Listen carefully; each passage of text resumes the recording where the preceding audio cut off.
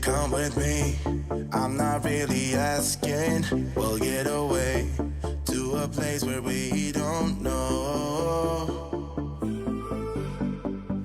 About to see the world in action, what we can be, life with no distractions. We'll get away, this is what we waited for.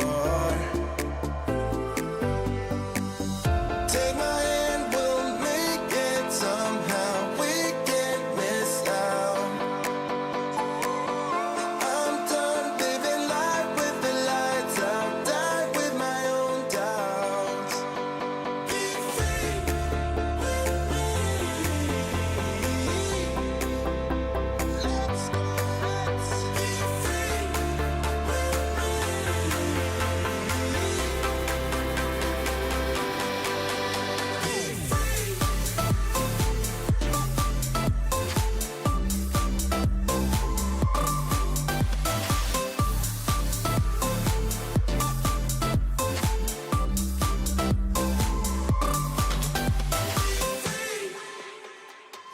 Not looking back, eyes on the freeway, Bonnie and Clyde, a classic cliche. We're on the run, this is what we waited for.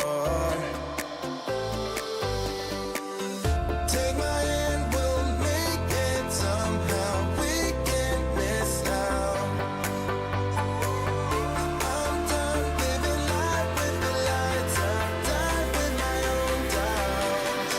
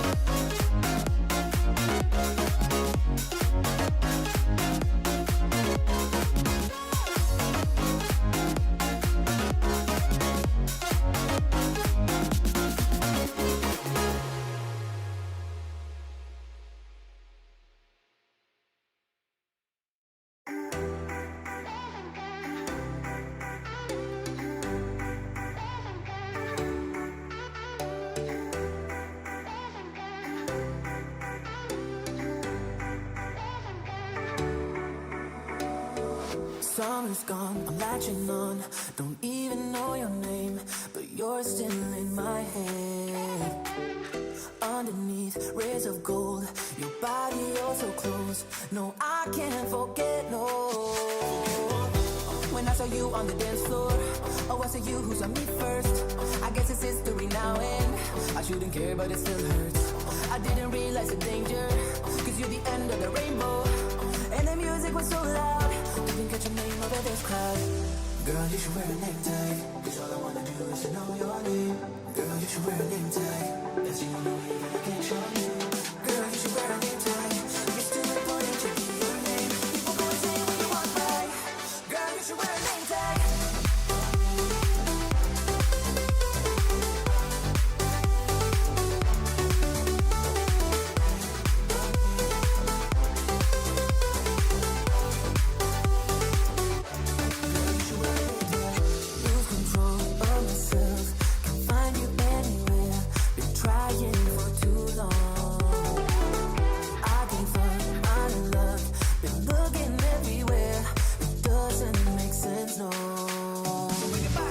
I need you on the dance floor, 4 a.m. and we go home. I guess it's history now and I shouldn't care, but it still hurts. I didn't realize the danger, cause you're the end of the rainbow. And the music was so loud, didn't catch your name over this crowd. Girl, you should wear a name tag, cause all I wanna do is to know your name. Girl, you should wear a name tag, that's the only way that I get your name. Girl, you should wear a name tag, it's too important to be your name. People go insane when you walk by. Girl, you should wear a name tag.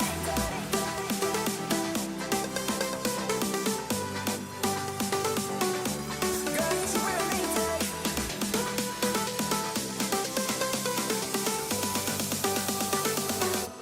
Girl, you should wear a name tag.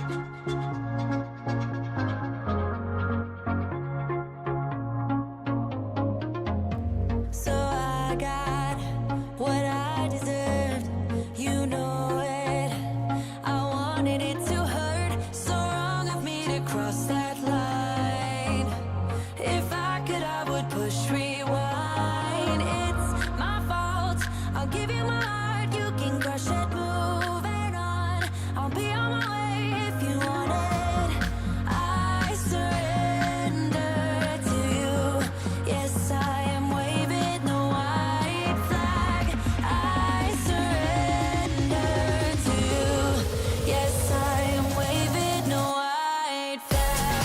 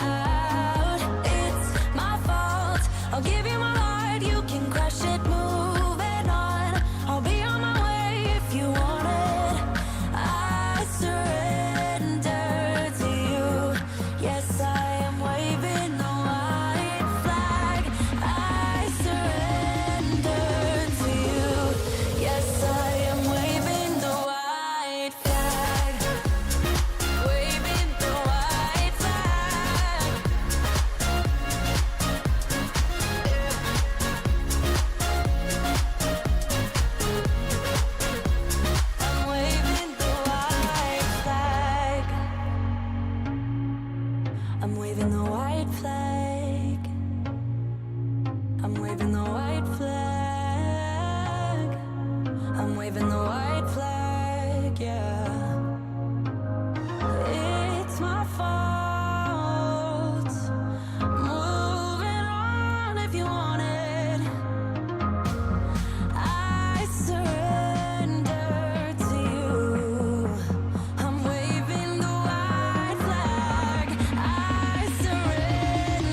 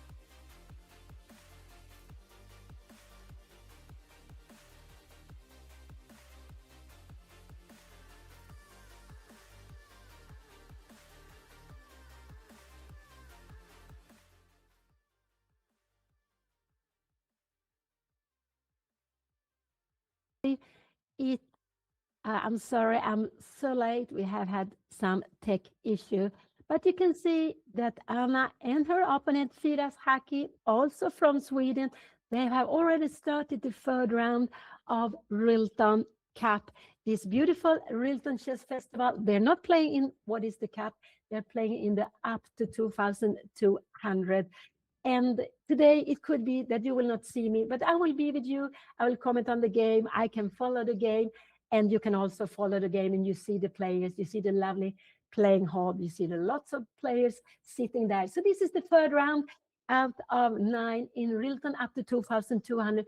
The second group in the big chess festival where there are around 140 players. Anna is seated number 26. She's again playing in against a lower rated opponent, and that is quite normal. So here we see how what has happened? It has been a King's Indian. We can see the King's Indian so popular, and Anna play her pet line with a pawn to an h3, and later her opponent went knight h5 very, very quickly. Anna played this last move g3 was actually the idea that it was to control f4 square, not allowing the knight to come to f4. So this is why she played g3. Her opponent played a5, and the idea with a5 is actually to restrict white not to go b4. And now the plan is to go knight a5, knight c5, to put the knight in the center where it will be active.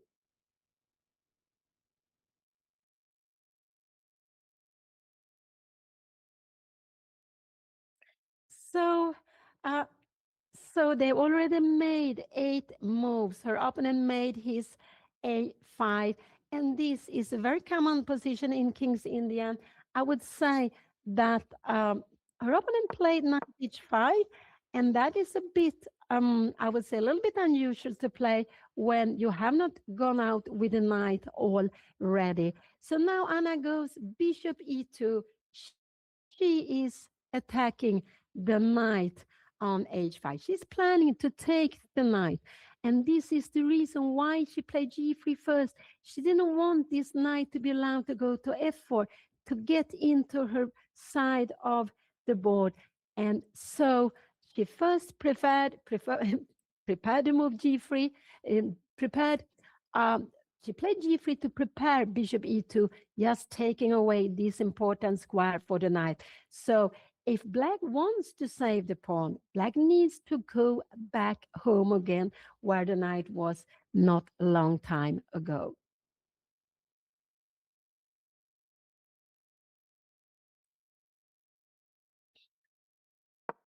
So here it comes, it went back, and now Anna can play in different ways. He came here and he played it quite quickly. And we can see in these 3 games, first round, Anna played against a player with 1800, a little bit lower rated than today, a young player. And today she is, and yesterday she played against the 1900 players. Unfortunately, Anna lost that game, but she had some very exciting ideas, but went wrong. And then in the end, actually, her opponent, he made a checkmate. Anna blundered the checkmate, but the position was anyway not, it was a theoretical or it was a technical win for her opponent in when Anna made the blunder. But Anna has 1 out of 2. This is the third round. There are 6 more. No, there are 7 more games to go. We're going to play 9 more games. And what are moves I would like to play here? You can go g4, you can go knight f3. These are the 2 moves I would play in this position. One of them, g4 or knight f3. Actually, what you want to play is a matter of taste, but I think g4 is actually quite a nice move also to be played here now. But I would like the knight to come to f3, and then I will actually, uh, her, her opponent's next move, I think whatever Anna will play will be knight a6. This is what I expect him to play next move, whatever Anna does. And now Anna has a little bit of a choice here now. She pushed the knight back, so from where it belonged to, and now she needs to develop. She can also start a little bit a pawn attack with going up with a pawn to g4. This is actually, if I guess the move Anna will play. And here it is on the board. Here it is on the board. And now I think her opponent will just play quite, he will continue his plan. And his plan with a5 is to put the knight here and to c5. Sometimes you can take this knight, but this is, we look at the 2 bishops here, we can see that white has all these 3 pawns in the center on light squares. It means that we can see that this is an active bishop. This one is not very active because there are pawn here hitting the wall. There is another pawn here hitting the wall. So if white exchange one of the bishop, white would prefer to exchange this one. That would be a dream. If this knight goes here and here, maybe to exchange this knight, but of course you cannot exchange a light wedge bishop on a dark square. So white actually would like to change the bishops. This one, for that one. Because if you look at black's position, the pawns in the center here, they are all on dark square. So, and this bishop is controlling the light square. So the light square bishop is just now the more active bishop. So white wouldn't mind to exchange this one or that one. But it can happen that this pawn will come off e5.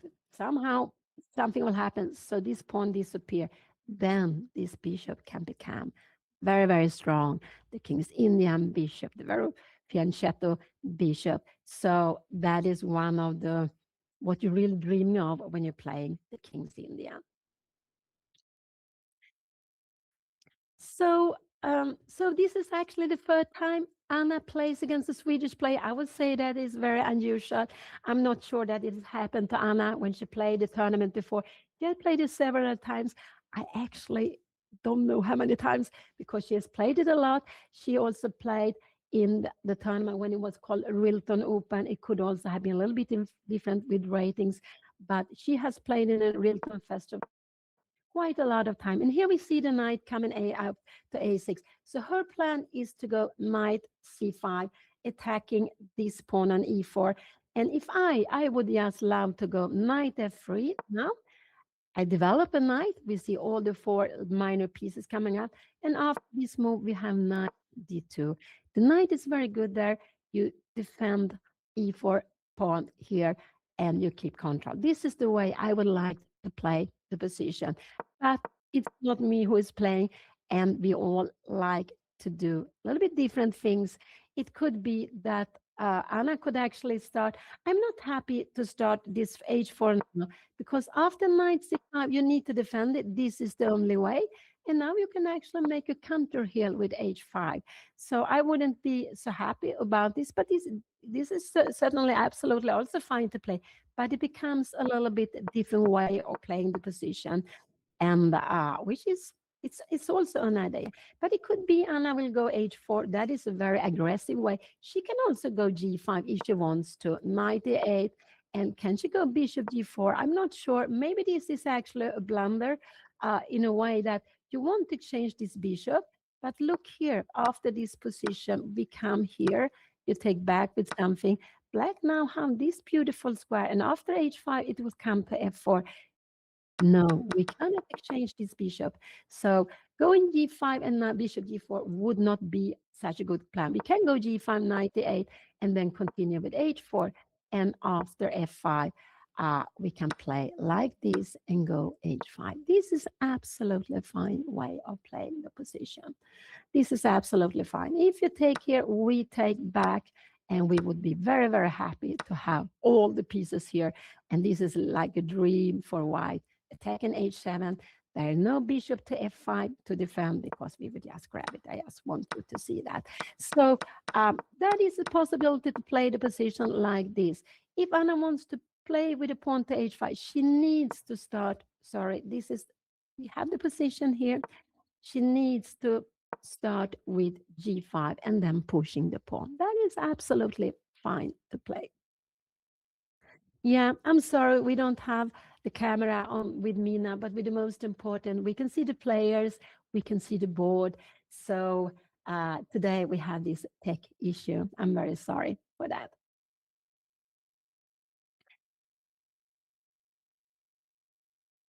And again, we can see both of them are concentrated very, very much. I'm happy to see that Anna has some coffee, tea, water on her side. That is so important for to keep energy because they are playing classical chess. So they are playing 9 games during 10 days. There is a free day on the 1st of January. That's a very, very well needed free day. And so they will play today, they will play tomorrow and the day after. So there are 3 more games going on this year and then a day off. And then we'll play the last 4 games in beginning of January. And only 1 game a day. And I'm so happy to see that. That is actually very, very nice. This is a very blocked position. We can absolutely see the e5 here in the center, coming, you can't go further, and the same. So it's a very blocked position. We haven't seen any trades, any exchanging of p6. All the pieces are still on the board. So what is the way of opening up the position? White actually in this line, this g4 move, there are several ideas with it. One is that you are, if black comes with f5, you might take twice and you open lines in front of the king. Another idea is that you are supporting a pawn push with a pawn to h5. That's another one. And so you can actually decide if you like to keep it like this, just develop the pieces, or if you want to play this plan. And white has in the long term a way of breaking up on the king side, but it's with b3, a3, and b4. But this is not something you really want to do now, because we can see with the pawn on g4, this king will probably not be on the king side. It can remain in the center because the position is very, very closed. It can remain in the center. There's no danger because there are no open lines to attack it. But if the king will castle, it most probably will be on the long side. And then you don't really want to start pushing the pawns on it will be on the king side, on the queen side, on the castling long. So then you don't want to start pushing the pawns yet. And also when a5 already is played, it will take quite a lot of moves to get in b4. I would say there would be 4 moves to get it in. And meanwhile, black will start activities. And one plan for black is to first to go knight c5. This is coming, attacking the pawn. And after that, it could be to move away the knight and to play for f5. That is a very, very common idea for black to play. Another idea could be that just to keep the king side how it is, and it could be like putting the knight on c5, going c6, maybe a4, and bringing out the queen here, and only play on the queen side. That is also another plan for black to play. And she has, so the only move I'm not very so happy about this h4 move, but this is nothing wrong. It's nothing wrong, but it means that after this move comes, yeah, you can go bishop f3, but this bishop will later on, you could play, now we go g5, knight e8, and maybe knight g2, you go f5, and we will, yeah. Yeah, now actually this would be a mistake here. Also here we see the queen, we can even play like this, maybe, no, maybe even this. I don't know if you can play, maybe this sometimes. You will get a lot of compensation because we take away the strongest bishop. So we have to be a little bit careful of when we do these things, taking this pawn or not. So h4 is possible. I would say that the move possible is h4. It's not the move I would play myself. I would prefer, and I go g5. Here we have it on the board, knight e8. But now it's very important that she continue with h4, h5. So she played g5 before black has time to attack e4 pawn. So she doesn't have to go and defend it. And the knight, we can see, it only has 1 and 2 places to go to, one of these 2 places, because if you come back, Anna will certainly just grab the pawn, and she will be with an extra pawn. And a move like this is no danger. We can go king d2, but we can also maybe go long castling, keeping track on both the threats what black had. So now, the knight will absolutely go backwards. It will retreat. I expect the knight to retreat on to e8, just to keep the diagonal open for the bishop. So that is what I expect her opponent to play here.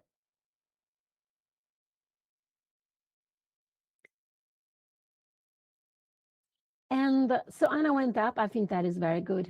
Now her opponent is back here to, I believe, no, it was someone else. But it's good to go up to take something more to drink or whatever, a little bit relaxed from the board. And it's like the RILTON is a huge festival. In the first tournament, the RILTON Cup, there are 160 players, a little more players than in the up to 2,200. And there are several grandmasters. One of them is John Ludwig Hammer. He's seeded number 2. He's one of 3 players who have more than 2,600. And then I believe there are 8 players on 2,500 or more. So it's a very strong tournament up in the top. I could see there are around 45 nations playing, or players from 45 different countries. So it's just very international tournament. I don't know still how many grandmaster or IMs there are. In the group of up to 2,200, I could see that there are no international master and no woman grandmaster, no woman international master either. But there are FIDE masters, woman FIDE master, and candidate master. And I think there are also woman candidate masters. So there are some players with titles also in the up to 2,200. But in RILTON Cup, there are so many title players. That's quite amazing. And I believe in the first group, there are only like in RILTON Cup, there are only like 8 players, if I'm not wrong, who have 2 after 2. There are much more draws in that tournament. In this group, there are, I think, was it 14 or 18? But there are, here we have it on the board, knight e8. And that was very natural move. The knight was under attack. You needed to retreat it. And like this, the diagonal for the bishop is kept open. So Anna will soon be back. We can see they both have played very quickly. Oh, very.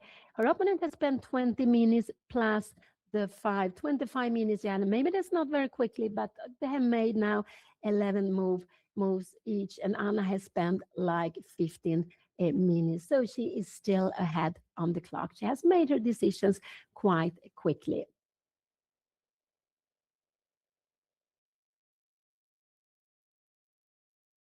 And today, yeah, you will not see me today, but the most important is that you will see the players, the playing hall. I think that's so nice to be able to watch the players live when they're playing. Also, there are lots of expressions. There's lots of things to see. You can see if a player is content or not. With some, you can see, not with all of them. And of course, to follow the game on the board, so it's more clearly. But we can also see it here on the side. And we can see there are 2 blue signs. It means that their place name there, the flag. So we see Anna, both of them play for Sweden, and it's a blue sign because they are playing in the under 2,200. But the other players sitting on Anna's and her opponent's side, they are playing in a RILTON Cup. So this is one of maybe only 2 games which are live in the group up to 2,200.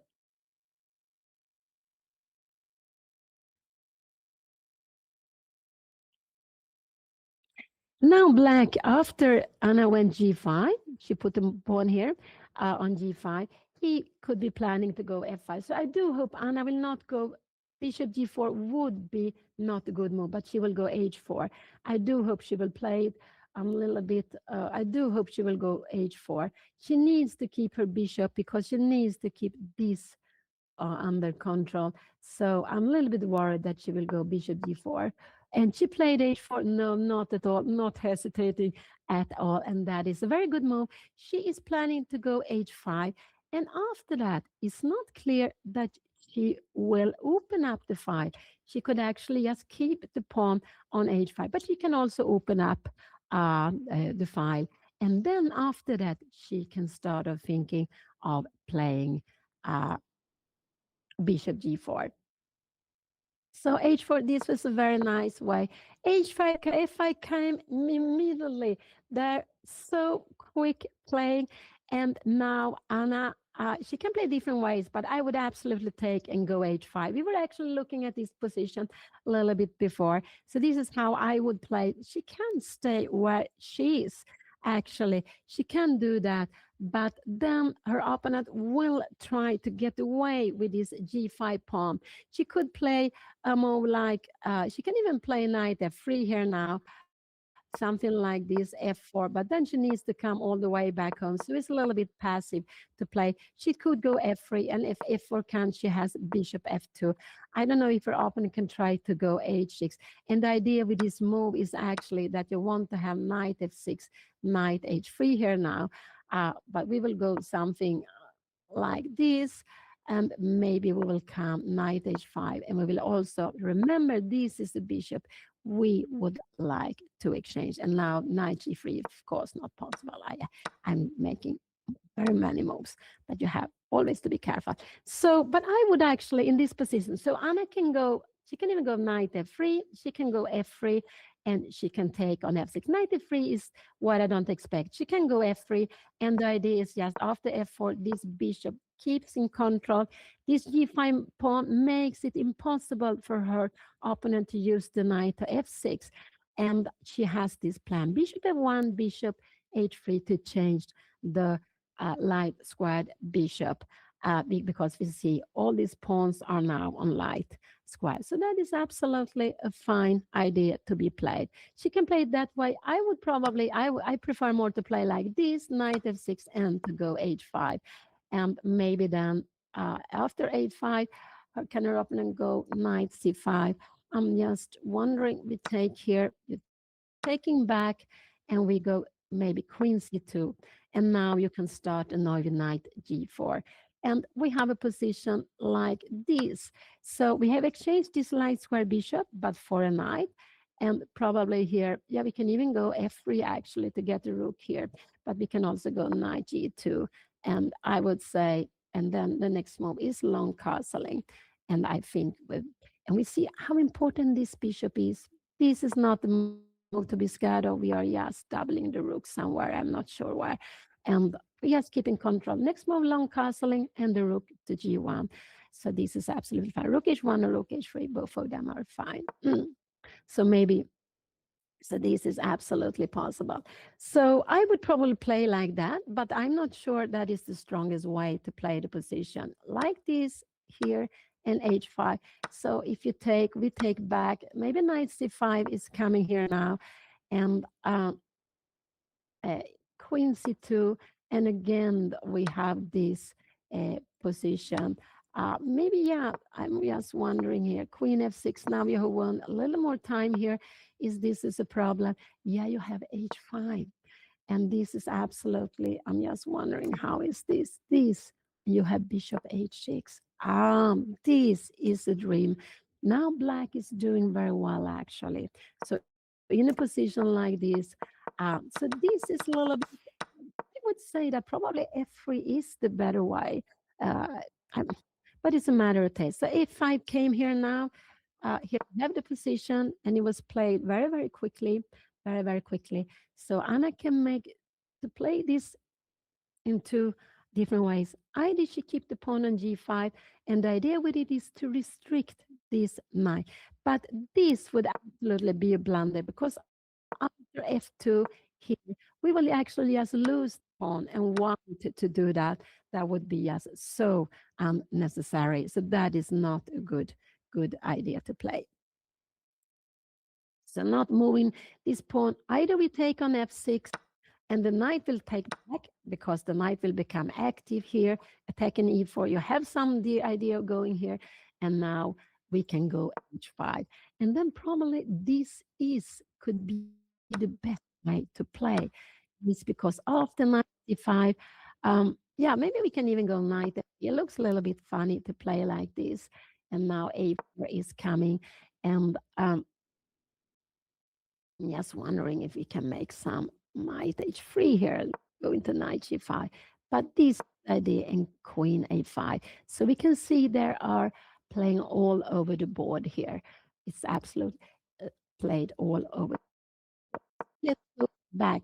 So probably in a position like this, knight e5. Maybe f is the better way to play this. And now we keep everything in control like this. And we will go long castling, and after knight e2 or maybe knight h3. This is what, but we have to be a little bit careful with this pawn. We also have this idea of bringing the queen after long castling, bringing the queen to the king side. So this I will just show you with arrows. I'm not sure where we go exactly. So let's go back. So it's an important time. It's an important moment in the game, and what Anna choose will make a big difference because it's like that with the pawns. The pawns are the soul in chess, and when we make a pawn, we change. Uh, we are trading some pawns or we are moving a pawn forward, the position can change quite a lot. So this is a very important moment, and we can see how Anna is focusing, and she has not made up her mind. I think she's just a little bit now looking around, but it's a way of a little bit relaxing from the game.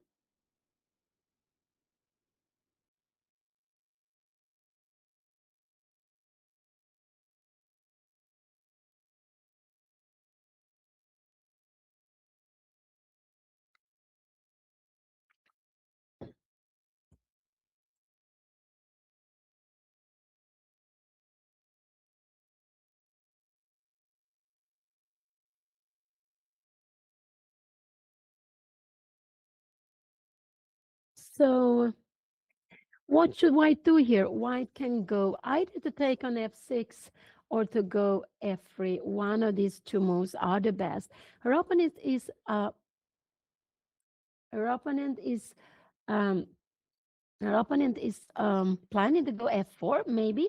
Then this bishop will be restricted. We can go knight f3, but then afterwards we need always to go all the way down. So it's a little bit passive, but it's absolutely possible to play. And we keep this pawn here just against knight f6. Um, um, so this is,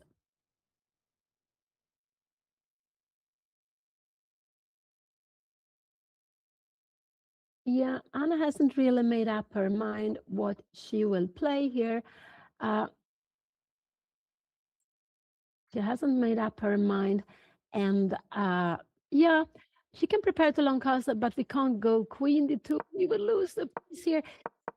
So this is coming. We really have to think of if we want to keep. We don't want to take the here on f6. Then f3 is the move to be played. Then f3 should absolutely be the move to be played.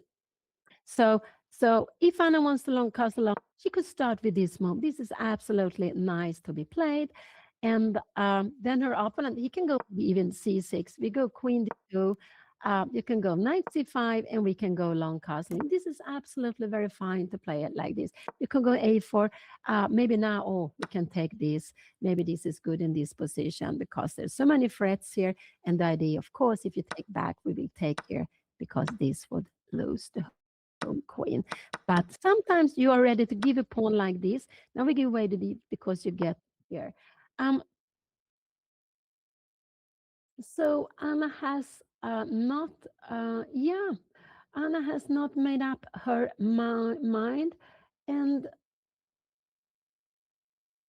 I'm getting also a little bit, but now she's focusing again, and her opponent made such a huge pawn move, the pawn to f5. So she really has to yeah, it's her turn. So I would like to say f3 or taking on f6. These are the moves I like most, and the reason is that if I want to keep the situation like this bishop is very good on this long diagonal, and to keep it here I need to move the pawn to f3. But there is no danger, as there is very difficult for, I would expect her opponent then to play like this here, and then to play like this. And but then knight h3, knight f6. Uh, this is, maybe we can even go knight g5 if we would like to. I said knight h3, but also this is a plan to be played.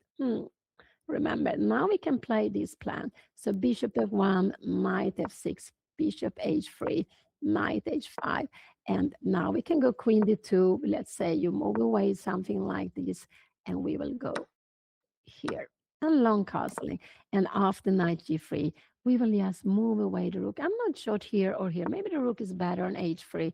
I'm not sure where it is better. Maybe then queen d7 can be coming, and we are, so maybe he has to put the move rook on h2, and we are planning knight d2. We're not planning to take here, but we are slowly we are going to plan to take away this knight very, very slowly. So go back. Um, Now Anna has spent 10 of her minutes, so she has about the same time as her opponent. 20 minutes have been spent plus the 6.5, so 25, 26 minutes, and that is absolutely fine. They have been playing both of them very quickly in the opening. We see there is a King's Indian, and yeah, yeah, I'm just hoping that Anna will not spend too much time because that was really, I would say, an issue yesterday that she spent very, very much time on one move, a very interesting move. I didn't look at all, but then she got into time trouble, and then yeah, things went wrong, and finally Anna lost. So the time is very important, and it's not easy to spend the time in the right way, and that's why this of having digital clocks where we get half a minute per move is just so amazing. It just helps us, even though we still can lost on time, or of course not use the time in the best way.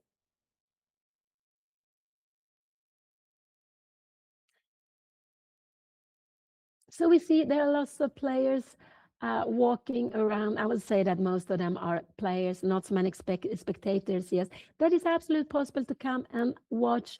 It's no, it doesn't cost anything. It's free entrance. You can come and watch, feel the atmosphere. You can also be in a room where you can sit and analyze and just feel the chess atmosphere, and that is very, very nice. And they're playing the Rilton Chess Festival in Scandic Hotel, Scandic Continental Hotel, just in the heart of Stockholm, just in front of the railway station. So it's really in the heart of the Stockholm center.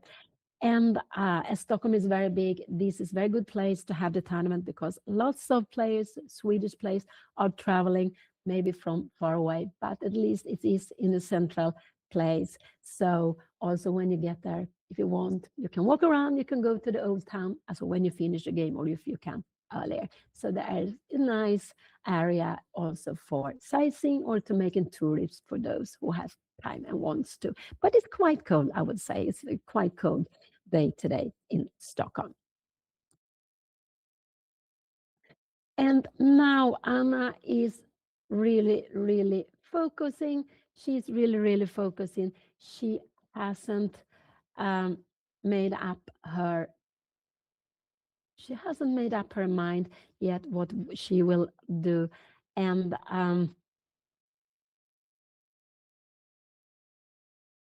it just looked like Anna is I'm getting a little bit nervous that she is not realizing that it is her move. Actually, this actually has happened to me that I have, but yeah, that she doesn't realize that it's her move. But of course, I believe she does. But she doesn't look so focused in that way. So I'm getting a little bit nervous.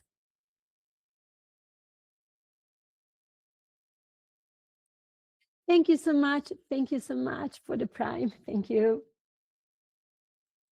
Yeah, chess is very hard, and also so hard when you play only one, but you play one game a day.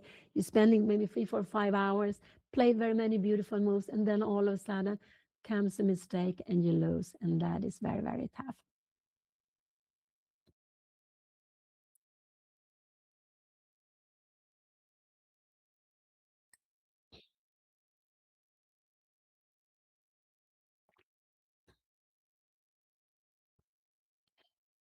And yeah, so I told her these are the two moves I would like to see. King, she can also go queen c2, but then after f4, she needs to come back here. The pieces are less good here, I would say, in a position like this. And now her knight is coming out. She's going to prepare b5 here now. And yeah, this would not be so good. So I'm not so happy with a plan like this. If she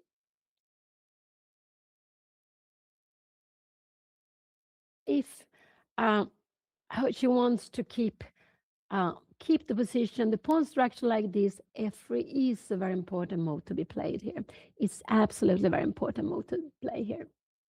And yet today we have some tech issue, and Um, and therefore you cannot see me, but I will be with you today, of course, and tell you about my thoughts about their moves. And tomorrow, I'm sure we will have it fixed. Mm.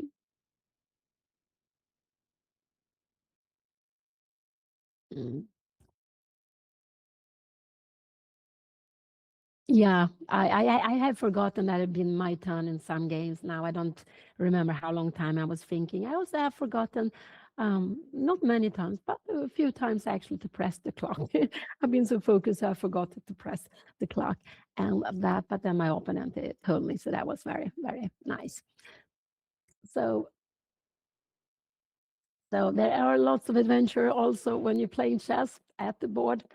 Sometimes to get to the board too can be exciting when you need to travel or to get from somewhere else. There could be some adventures. But here we see both of them are at the board. We have in a very exciting position.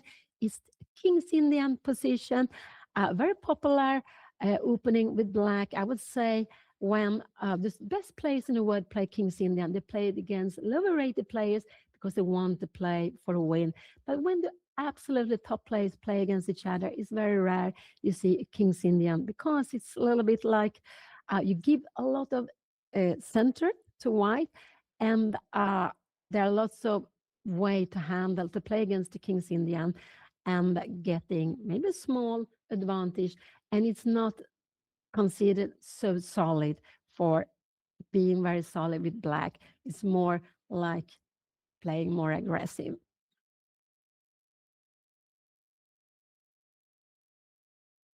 Mm. And actually, King Sina was one of my pet lines when I was younger. I played it a lots of times. Uh, and let's see here now. Now Anna is focusing. She has spent like 20 minutes on this move, and that is quite a lot of time. And this a little bit also, Dana, when you go up to take some water, whatever reason. But when you came down, it'll come down, come back.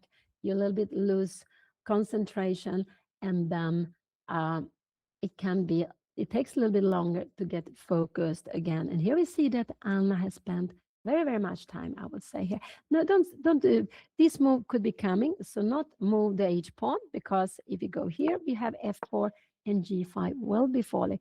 And this is absolutely nothing to be scared of. This pawn just defends the black king, and white has lost a whole piece. So not move the H pawn. This could be coming, and if this is coming, we like to have the pawn on f3. We really like to have the pawn on f3. So this is the third round in Rilton, uh, up to 2,200, the second group in the Rilton Chess Festival. Anna has 1 out of 2, exactly the same points as her opponent. The first game, Anna won against a Swedish young player.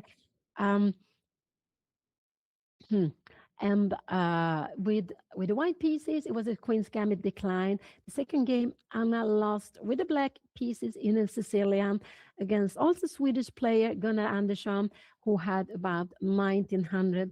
But he is or has been a correspondence player, so he was or he is a very experienced player. And today, Anna is facing a third Swedish player, Firas Haki, from, I believe, from Stockholm or Stockholm surrounding. And here we can see them sitting in front of each other. And Anna has taken a deep, deep thought here now. And it is one of these important moments. What you do with the pawn structure will absolutely change it very, very much. And yeah, yeah, if this comes f4 and h6, black will move. Black can actually even do this here, and we have a check. We lose a piece here now, and we will take have a check, or we will just go queen take g5. Now this will just, why do we want to play like this? And we will take back here on g7, and you have a fantastic pawn here. You have won so many pawns. No, and actually also even f4, even if you go h5, f4, h6, we can take on e3, but we can even go, even bishop h8 would be a fantastic position, but because we'll take g5 next, but this is the strongest, and we will take on f3. too. So we shouldn't be playing. We have to a little bit first defend against the opponent's threats, and then we can continue our plan. That is very important. So first, now black might want to go f4, then this bishop will go back, but this bishop is strongest on this diagonal. So if you want to allow f4, we need to do f3 just to keep the bishop on the diagonal. And the other option is actually to take en passant. It's a move we are allowed to do uh, just now. Now, the last move black played was f5. Here we see it on the board. And now, only at this moment, white is allowed to make en passant and take this pawn.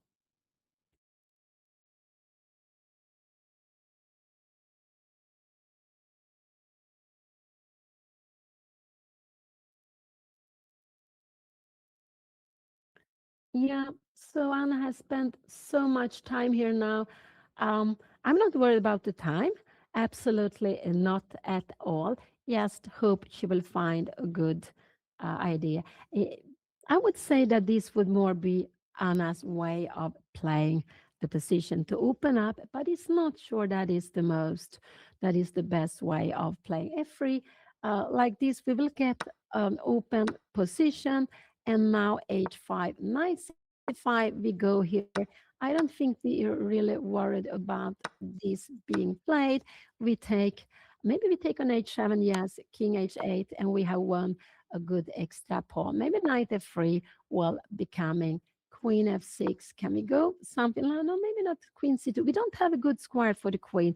So this could actually be, but maybe we should go rook h2 here, keep some extra control. And if you go queen e6 here, yeah, now we have knight h4. I will just show a little bit trick. This is pinned here now, so we can give the check here outside. But this is very far away. So I would be surprised if Anna doesn't take on f6. Absolutely be surprised if she doesn't take on f6. That would be more what I think she would do.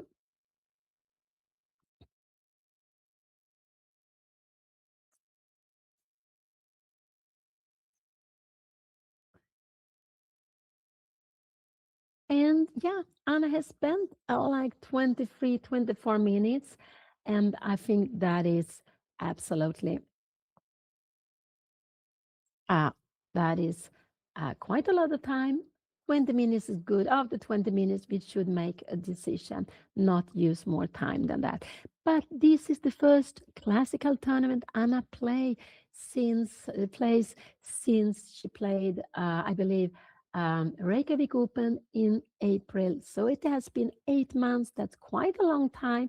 And then it's very easy to feel a bit rusty, to hesitate more with the decisions, and that uh, and we can see that Anna, when she starts thinking, she takes a long time, longer than normal.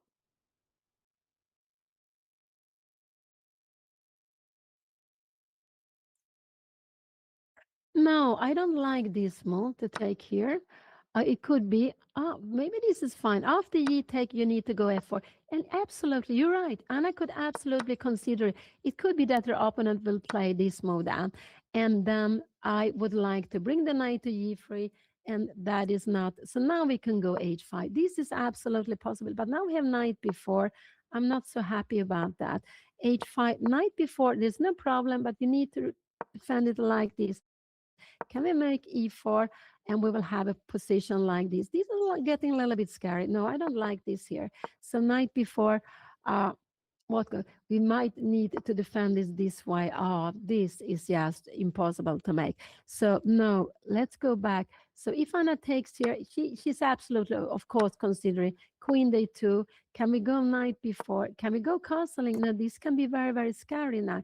c6. And you see this bishop, we don't get away with the bishop. No, I don't like to take on f5 because bishop takes f5. And after bishop takes f5, we go bishop g4. Can you go queen d7? We take on f5.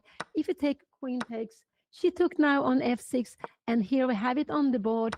Finally, she took. Her opponent will absolutely take with the knight, and I expect Anna to go h5. She spent like 25 minutes, maybe a little more, 26 minutes. But okay, that was good. It was not like 45 minutes or we saw yesterday. So, but I think that should absolutely be the limit for one move because we will always, it's very easy to keep on calculating the same things over and over. Her opponent will absolutely take back with the knight, absolutely take back with the knight. I guess Anna went for to get something more to drink, or so when she had the time. And it is like that when you have made a move, then you can walk up. But when you're sitting and waiting for your opponent, when you're sitting and it's your move, you should make your move first, and then when you have moved, then you can walk up, but not to do it when it's your turn. So her opponent will absolutely take with a knight. If he takes with something else, this knight will keep very passive and it doesn't really have a good future. So he will take with the knight. I can't expect I would anything else would surprise me. Could he wants to take like this? We go h5, but I just want you to know that this is no danger. We can take it here because it's no mate. The bishop and e2 blocks. We are escaping, and the king is very very safe. No way. You have one more check, but we are just escaping again, and there is nothing more than that white black can do. We have a whole piece more, and it's just completely winning. So queen take f6, rook take f6. We could go bishop g5, but I would say I like this bishop. I would go h5, just keeping this bishop here. This is what I would do. And bishop take f6. Yeah, there could be a moment. h5. Could he go bishop g5? We take here. We are not really scared of this. We have this here and here. And this double pawn is important. They keep control of the dog square. And now we can go king d2. I think king d2 is the best way to put the king safe. The king will be extremely safe on d2 here. We don't have to castle long. It will be maybe even more safe like that because we want to bring the king queen here to the king side as soon as possible. So he took it, but I think yes, Terapana likes to think a little bit. But anything else taken than with the knight would surprise me.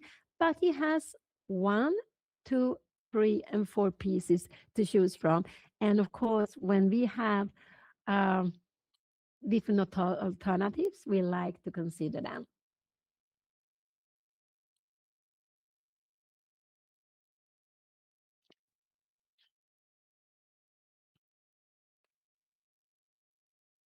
And this is also typical scenario we have here on in the position. This is a typical king's in the position with this line h3, which has become very, very popular. It's absolutely Anna's pet line, also in the course that has come out. And here we see knight take f6, the most natural move. And I expect Anna now to go h5 next move. This is what I expect her to do. Otherwise, it could her opponent be thinking of going h5? I think h5 could be quite important to play after. If Anna goes here, we could have knight c5 coming. And now f3 would not be so good because we have knight h5 and we can't take it. So I would say that h5 is a good move to be played here now. We go here. And then I expect her opponent to play this. And then I think this is absolutely fine. Her opponent can even play like this, but I don't think he will do that. I think we will have this in that. This is what I expect the position to be here. And now knight g4. And in a position like this, I would actually take here now.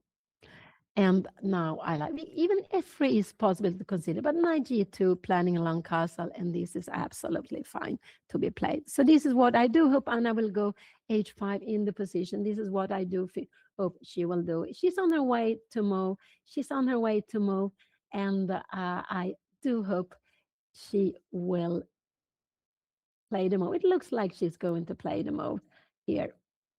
And here we have it on the board, h5.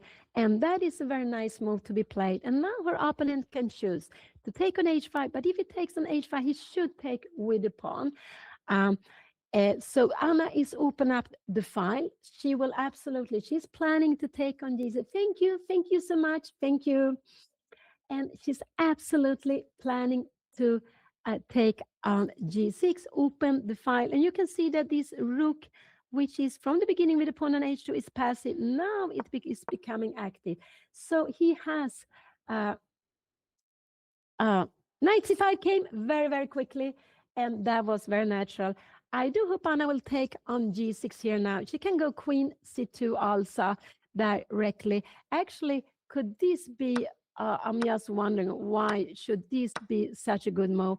And to go queen d3, but to give away the bishop, and now the plan is queen g6.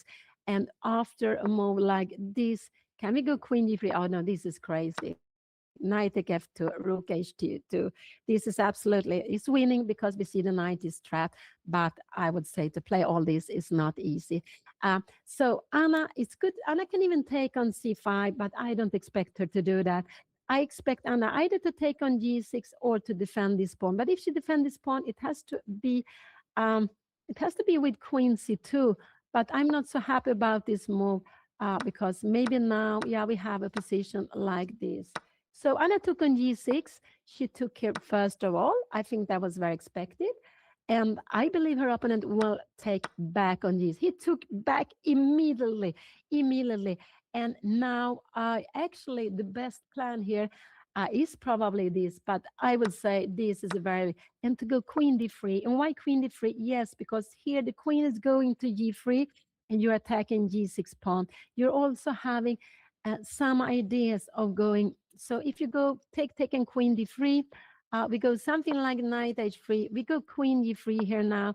Can we go something like this? No, this would actually be a blunder. All the time, I make this very quickly. And why is this a blunder? This queen is only defended by the knight. We have time to play this move. Now it's not defending any longer. If you take back, we grab the queen. I will show this very slowly or very slow. And if you take the queen, we have an in-between move. We take here, we check. You take back. And when we take back and calculate all the pieces, we see that white has won a knight and a bishop for a rook. And knight and bishop are 6, the rook is 5. White is doing very well. White is actually winning in this position. So go back. So this is a very good plan, but I would say to find this idea, queen d3, queen g3, and to give away this strong bishop. No, I don't think so. So I think either we will see bishop f3 or queen c2. These are the moves I expect Anna to play here now. So this is one. This I don't like so much because of knight h5. And but this is actually, even here it's possible to play because we have been in time to open up the position. And now, but this knight will remain there forever. I think I think black is absolutely okay in this position here. But now the plan is to go bishop f1. So let's see. Here we have it. It took back quickly on g6 without even consider taking on e4. So I expect this is a very good plan to be played, but it's not such an easy choice to make to give away the good bishop. But this bishop is actually very good now also.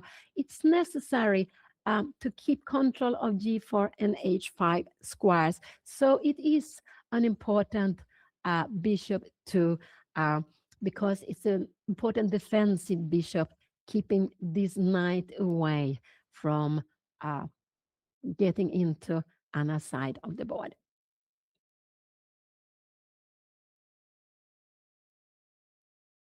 What will she play?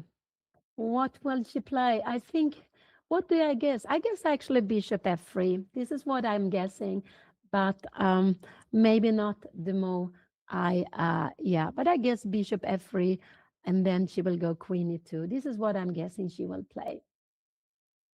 Queen c2, yeah, queen c2 is the most natural move to be played. It's not possible to move the g pawn. We have no g pawn any longer. And it's always very exciting to see, wow, always very exciting to see every moment, every move here. This is not a critical position, but of course, if you go wrong, Anna, if she goes really wrong, is that she would lose this pawn on e4. That would be going really wrong.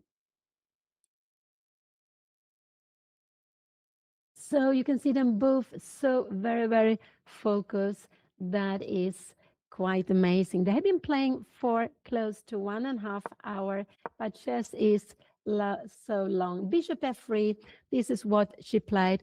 It's not the best move because this bishop will be needed, but it was a quite a logical move that Anna will play it. Her plan now is to go queen e2 and long castle. This is her plan, to go queen e2 and long castle. And she wanted the bishop to be able to do two things in one go. And one is that you defend e4, but you also defend g4. So I expect Anna's next move to be queen e2, just to keep uh, control of e4 square. So this is why she played this. She want to defend the bishop, defend the pawn and e4, sorry, and also look at h5. Now, knight h5 is not possible. We would absolutely just grab it and be so happy, be very close to the king. And now we have some plans on knight f5, knight g5, and that would be a checkmate. So that is, even this check is absolutely nothing to really to be worried about. Now we would actually even just, I guess we would grab it here. Now we would go actually rook f1. This is a better way to grab it. So let's go back. Bishop f3 was played. It wasn't the best move in the position, but it's a logical move because Anna wants to play against her opponent's plan. She needed to defend the pawn on e4. And it could be also that Anna has some ideas going knight e2, knight g3. So it could be that next move will be knight e2 here now. I think so. I think actually the next move could be this. Knight h3, knight g5 is also a very nice plan. So I'm wondering, can we do this knight h3 here now? Take and take. And if you make something slow like this, knight g5 is coming. And now this is getting very nicely. You go here. There is a pin here now, and we can just go. Can we go rook c8? I wonder, can we go queen d2? Uh, now we have to be a little bit careful for bishop d2. We will need to go probably rook c1 is a better way to keep it defended. But we can see we keep control with defending this pawn with pieces. This is very, very far away. So bishop f3, it could be that Anna's plan is going knight h3 and knight g5 next. So it's a very exciting King's Indian position. King's Indian seldom gets to boring position. We saw it was very close. It's still a very close position in the center, but the king side has opened up, and now bishop d7 was played. And now it will be very exciting to see what he will play. I expect Anna to go to move up the queen. It could be queen d2, planning. It could be queen d2, but I think either Anna will go queen d2 or maybe knight h3 could be played here now. If she goes knight h3, her opponent needs to go knight here, and then I'm just wondering, maybe we can play this plan actually and bishop g4. Remember, this is a bishop we want to, this is the bishop we absolutely want to exchange. And if black takes, we gets the queen very close. Okay, you can defend with the rook a6, but still you have a very nice position. We have exchanged dog square bishop, but we are absolutely fine here. And if you give it check, we will just move away the king, and this will a little bit be the pieces are a little bit here hanging. This is very, very far away, but bishop d7. So what move I could expect? Knight h3, planning knight h3, knight e5.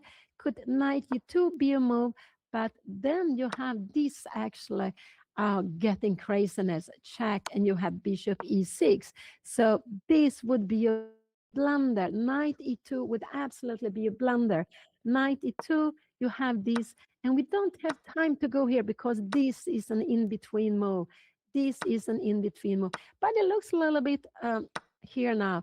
So I'm not sure what. We take with a knight, of course. Sorry. You take here, and we have queen d5, rook f7. We have some long castling, and white to move would go bishop g4. White to move would win with bishop g4, but it's black to move. So black is doing well here. So we shouldn't leave this bishop without protection. So knight, if Anna moves out the knight, it must come here to plan to go knight g5. Another plan could be queen e2. c6 and going long castling. That could be. And if you go a4, maybe do we have time for this? It could be the plan is that we would actually win this.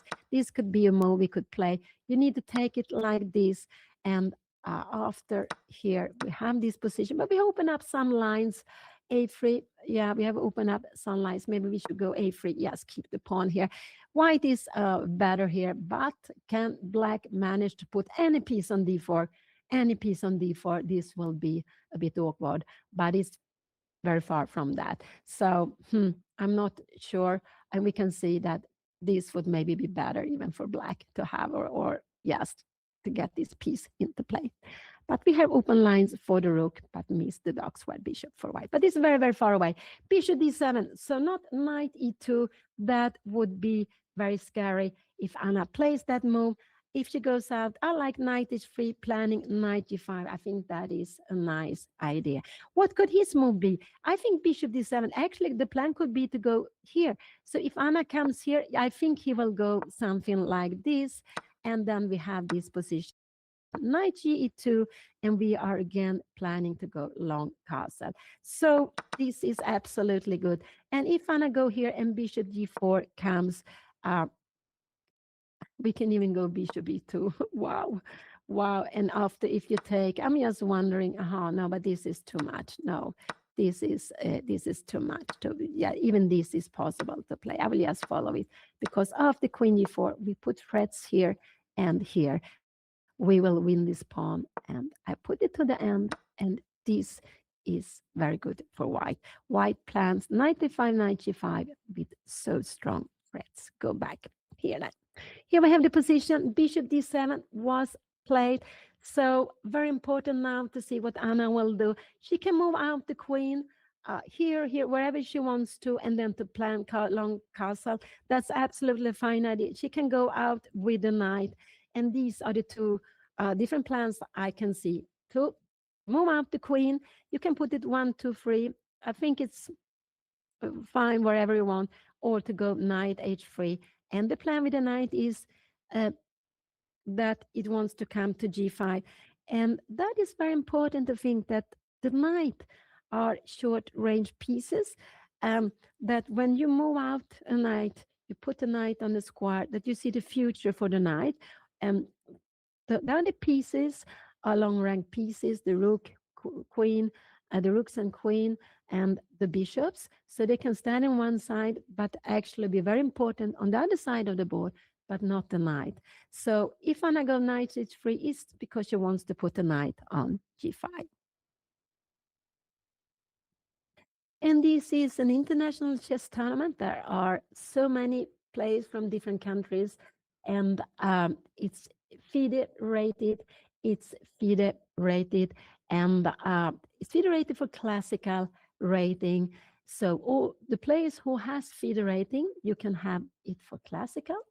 This is a classical tournament. They are having lots of time. You can see it. They have 90 minutes.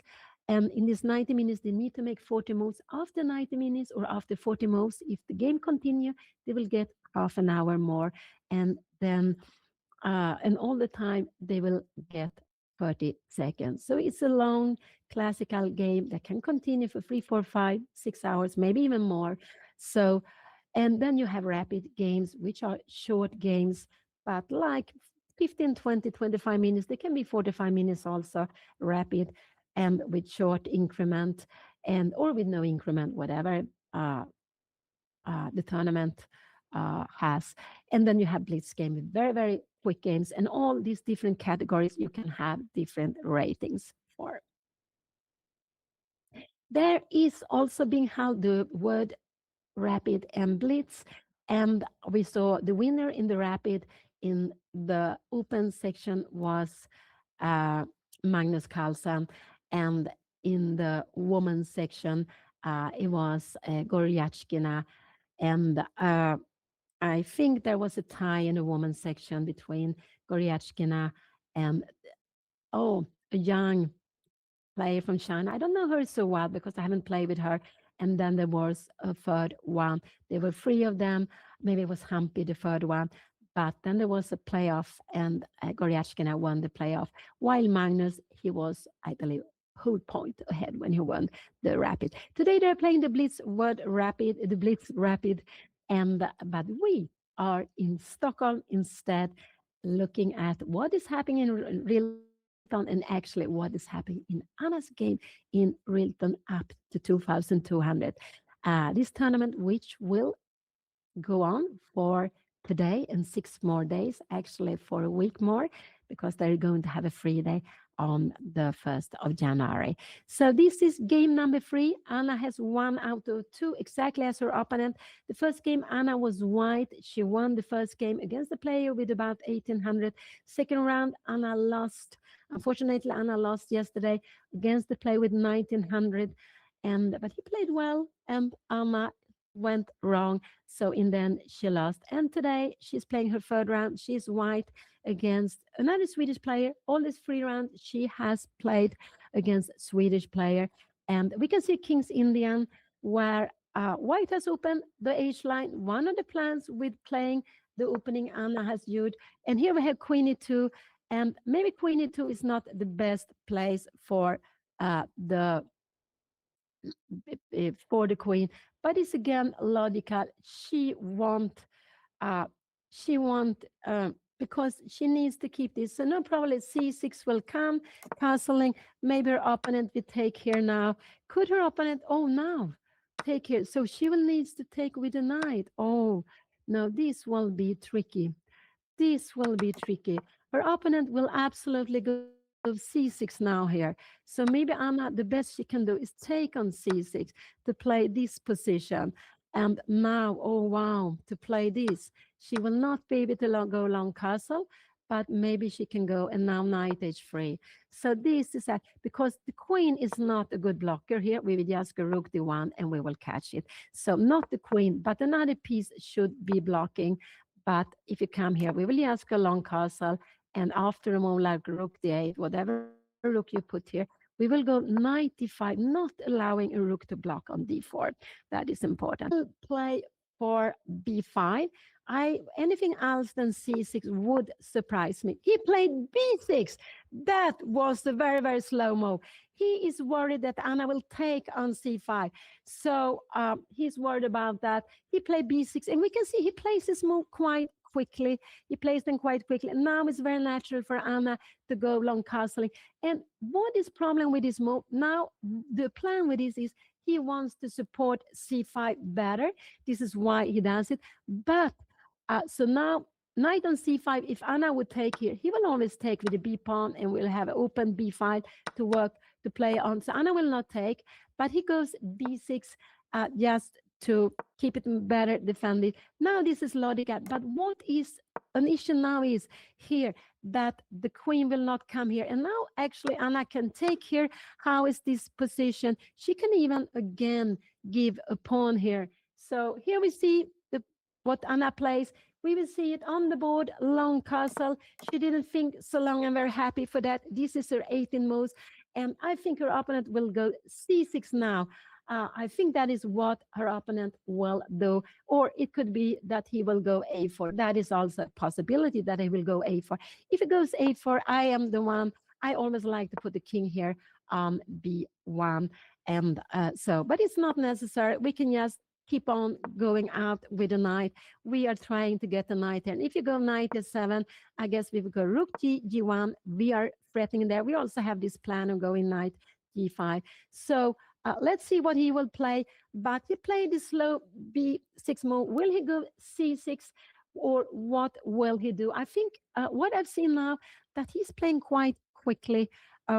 These quite, to me, big decisions.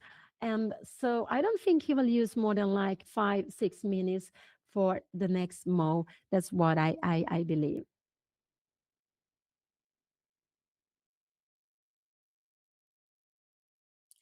So, and now after long castling, Anna's plan is to go out with a knight, the only move, and rook g1. This is her plan to play. Knight h3, knight g5, and the rook to g1. This is absolutely her plan. So, and yeah, so Anna, she won the first game. 2 days ago with the white pieces. She lost yesterday with the black pieces. Today again, she's playing with the white pieces. And we see the position here. She has made 18 moves. She has still 22 moves to make to get to the control. She is down to 43 minutes plus half minute. So she has like 53 minutes to make 18 moves. So it's about free. Is it about 22 moves? It's a little about 2.5 minutes per move. So it's quite fine with the time. And we can see that now. Anna spent some time before on one move, but it was 25 minutes, something like that, maybe a little bit more, but not like yesterday. So that has been improved. And to using the time in a good way is so important. If he goes c6 now, can Anna go knight h3 also? This is also fine. And after that, but after that, she needs to take with the knight. Be ready to sacrifice here. And now she has bishop take b6. So that is actually so good. There also no check. That would be just winning for her. So will he play c6 actively, or will he play something slowly? He could be that he will go queen c8 to stop Anna from going out. But then she can go queen f1. And again, she's not really planning. She is planning queen g2 and knight h3. Why do I want to make queen g2? Yeah, I want to make it because if you go knight h3 too quickly, there could be something against. No, it will not be. I will just show you. After this, knight h3 is fine because if you take here, we take back with the knight. And when we take the rook, we have a very, very good fork. It's a fork here.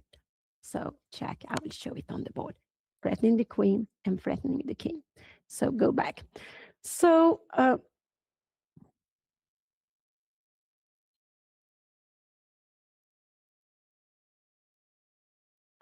let's see. They are both so very, very focused.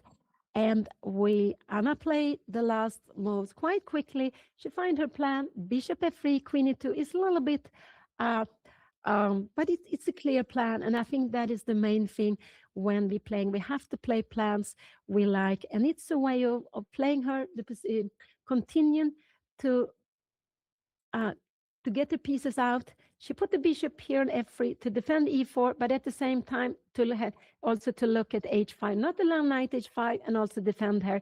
She put the queen on e2 to keep g4 defended, not allow a piece coming to g4. So could queen c8 here, could knight, oh, sorry, no, this is not. So queen c8 could be a move, and after queen f1, could knight g4 be a move? To be played here now. And now he played, what did he do? He has played, I think he made a move, and he played a4. He played his a4, and now I would actually like Anna just to go knight h3, just bringing out the knight. There is no danger here. Knight h3, if you give it check, we can just take it. And you see there's no danger. We can even put the king here on d2. You can't go in here because we would just grab the next piece also. So remember, that the knight is a very good defender of the king. A knight is a very good attacking piece, but it's also a very good defender of the king. So let's go back. So he played a4. He doesn't dare to put the c6 pawn, but to move the c pawn. So he played a4. But now I just like this idea. If her opponent will take here, yeah, we will just take back. If you go queen d7, I think we will start. Look at this pawn. How are you going to defend it? You can't do it because we are coming here with the next piece, and we will just go and grab the g6 pawn. So for me, knight h3 is just such a natural move to be played. So I do hope Anna will do that next move. I do hope she will play that. There is no danger here. Knight h3, it could be she wants to look at this, but after here, we can just make b3. This is absolutely no danger again. You can take it, but king b2 is very good. And after we play, yes, king a1. Let's see, you want to try something here. We just go king a1, and we hide away the king behind the pawn. And this e pawn is just so important to us, the blocking the diagonal for the bishop. So this bishop is blocked by its own pawn.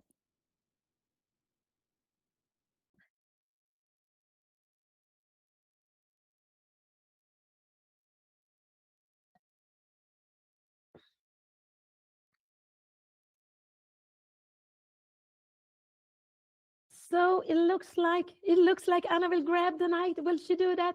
It looks like she is looking at the king side, and it's just such a logical move to play. Get out with the knight when you can. There is no danger on the queen side, but she wants to think a little bit more. But I do hope that is what she is playing. Yeah, this is a Makogonov variation in the King's Indian. Thank you so much for that. That is the Makogonov variation with h3, with an early h3. Anna's pet line against the King's Indian.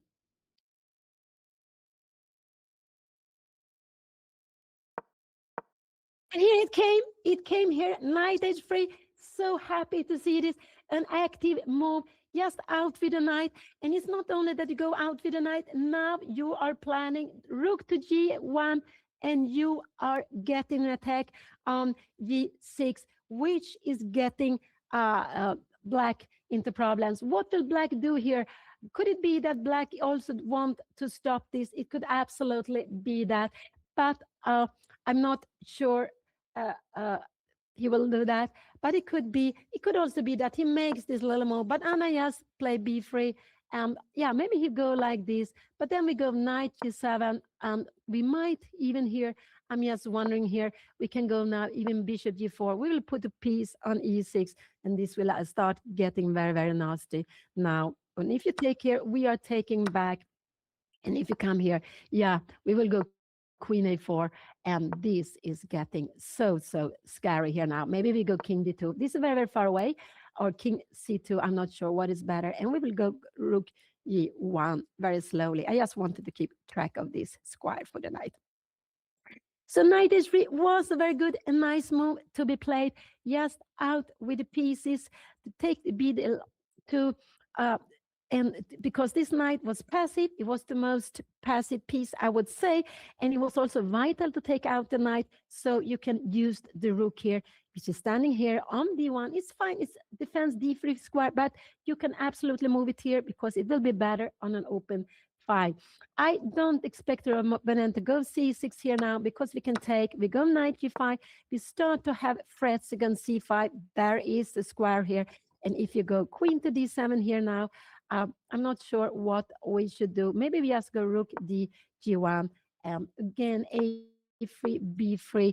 We don't have to be so scared of. If you go something like this, maybe we will start maneuvering around the bishop to h3. This is very, very long. Let's go back.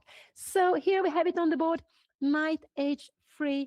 What can her opponent play? Anna is planning to go rook g1, just to put pressure on this pawn. And you can see that this rook is doing a very good job keeping the h line here. So that's why she doesn't want to bring this rook. No, this rook is passive behind the pawn. This rook is active on the open file. So, of course, the rook to g1 has to be the king rook. So this is what she's planning. Rook g1, knight g5. Both of these moves. And after that, uh, it will be getting very dangerous for her opponent. It could be that Anna and someone even will give a pawn, putting it on e6, or first exchanging on c5 and just jump in on e6. The knight g5 is absolutely a plan that she is having. So let's see if you, and you can see this is very important. This one is not moved, this one is not moved. So if our opponent go a3 to open up here, we close it. We can go b4, but b3 is the solid way to close the position. Again, this pawn, they are blocked. You can't get further, and you can't open any lines. So this is very, very important, that for black cannot open lines on the queen side, and then it's difficult for black to make any attack working on the queen side. While this g6 pawn was so hooked, Anna managed to march her h pawn down, and she changed on g6. Her opponent took back, and she could open the h line, and that is quite awkward for her opponent to handle.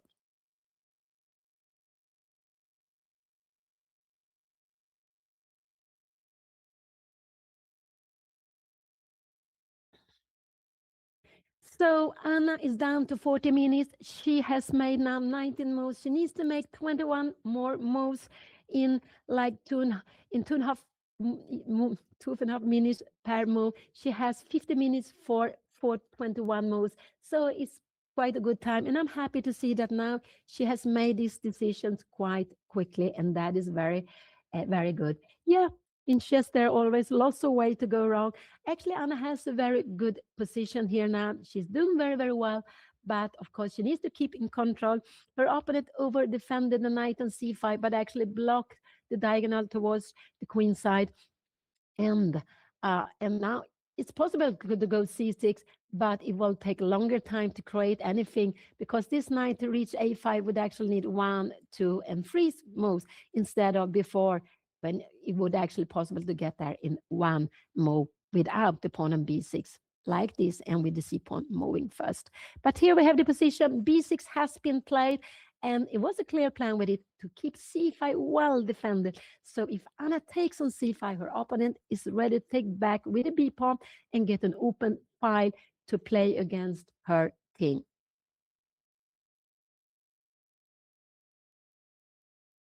Yeah, but the black king is this black bishop is an important defensive piece, but it's passive there. So and at least it helps the king. But when the knight comes to g5, or if it comes to g5, it means that this king is stuck on g8. And if Anna then afterwards maybe could triple the rooks, there would be could triple. Oh, she cannot triple. Yeah, she could triple the double rooks, and after that put the queen on h2. That would be a mate already. But that is very, very far from that. But a knight so close to the king is awkward for black to handle. And the knight is planning to go there. Could it be that he will come here? But this is not such a good move. We come here now and we have this under attack. You don't have time for this because we just grab the pawn. And if you go something like bishop e8, yeah, I guess we go, then we can go bishop g4. Maybe we can also go knight g5 here if he wants to. This is absolutely fine. You have bishop f6, and I guess we should just keep I guess maybe here, maybe you should just keep the bishop here.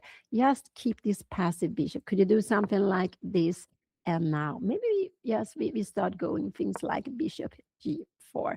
I don't know if there are some tactics here now, but we can actually we can play like this and check and here, and we will actually, there will be a win. And then that will be made. But this is very, very far away. This is very, very far away. But there are lots of tactical things, lots of danger, and there are much more danger for the black king than it is for Anna's king, which is safe here. I cannot see any idea of her opponent to make tactics. But I think the next move we will see is a3. This is what I think we will see on the board now, just to try to open up the position. So I believe her opponent will play this move just to try to open up the A line. I will try to make the moves a little bit slower. I'm sorry if I'm going too fast. I will make them, try to make them a little bit slower when I analyze. But the plan I see for Anna is to go rook to g1, and then you attack the pawn. Also, another plan is to put the knight on g5. And with the knight on g5, we can see that this knight would control here and here. And after that, to put a rook, the other rooks on the h file would be so dangerous. And if this queen would manage also to get to the h file, it would be very close for a mate. Yeah. So knight to g file will be very awkward for her opponent if it happens.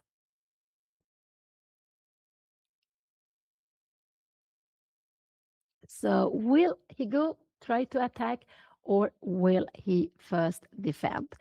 Or will he take the bishop? But if it will take the knight, if he takes here, yeah, we takes up here, and we can see we will have so much easier to attack g6. That is actually not possible because then g6 pawn cannot be defended any longer. So taking on h3 would make Anna's it easier for Anna to attack g6, because then is no minor piece that will be able to defend the pawn. Oh, thank you so much. Thank you so much. Yeah, Anna has these two bishops. Very good.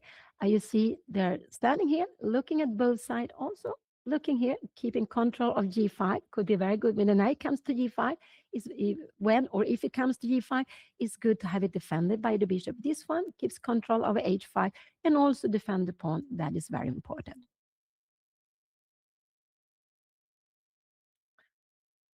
And today, yeah, we have some technical issues, so you cannot see me, but the most important is you can see the players, you can see the board, the game online or on the screen. So these things work, but we have a technical issue and it's not possible to see me today, unfortunately.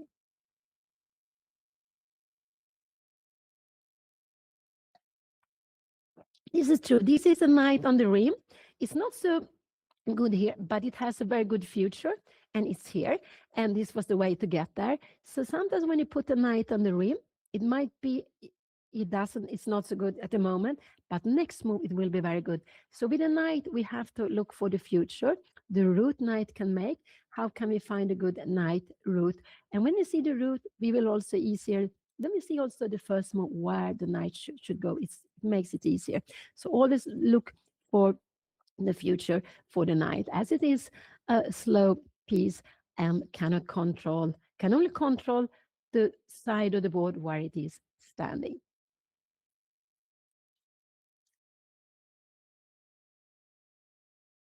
And her opponent is now taking some time, more than I expected. He has been playing so quickly, but I guess he plays quickly when he thinks the move is obvious. But now he doesn't. It's not so easy. This knight coming to g5 is quite annoying. So what is he going to do about that? So this is Anna's one plan. Another plan is this and that. So I let the arrows stay there.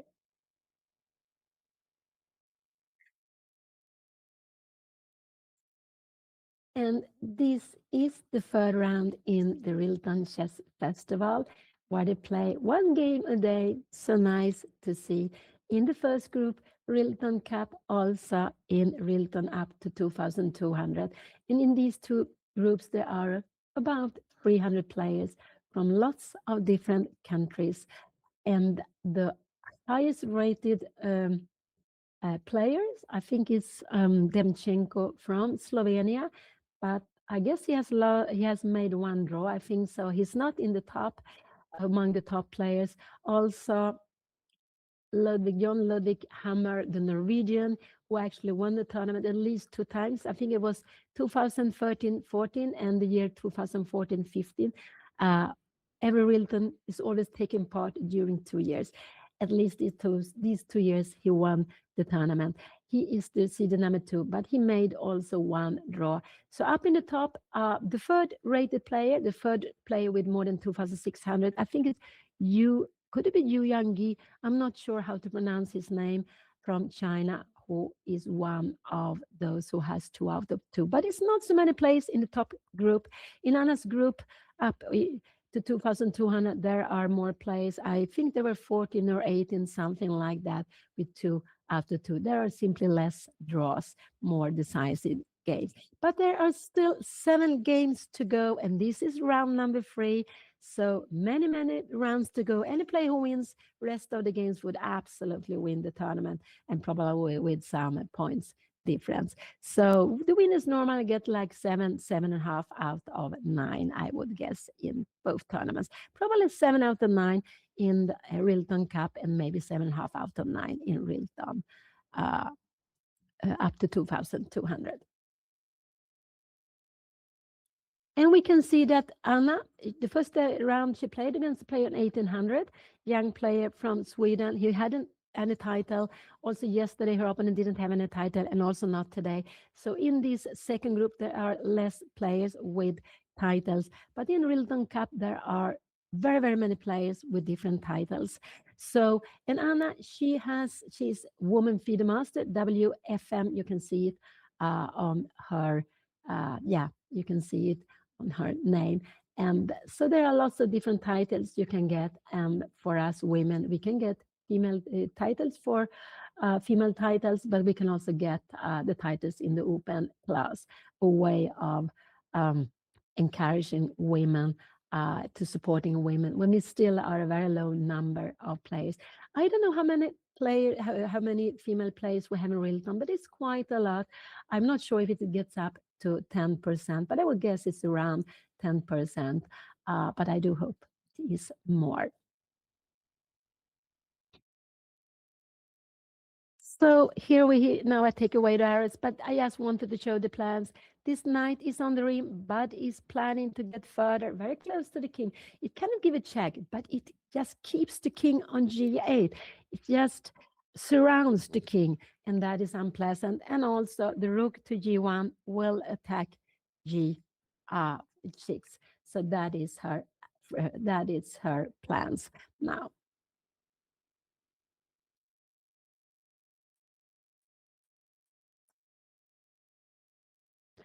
And now her opponent is using quite a lot of time. He has like 45 minutes, Anna is down to 40 minutes. And we remember this very vital, important half minute they get for each move they are doing from the really, really start of the game.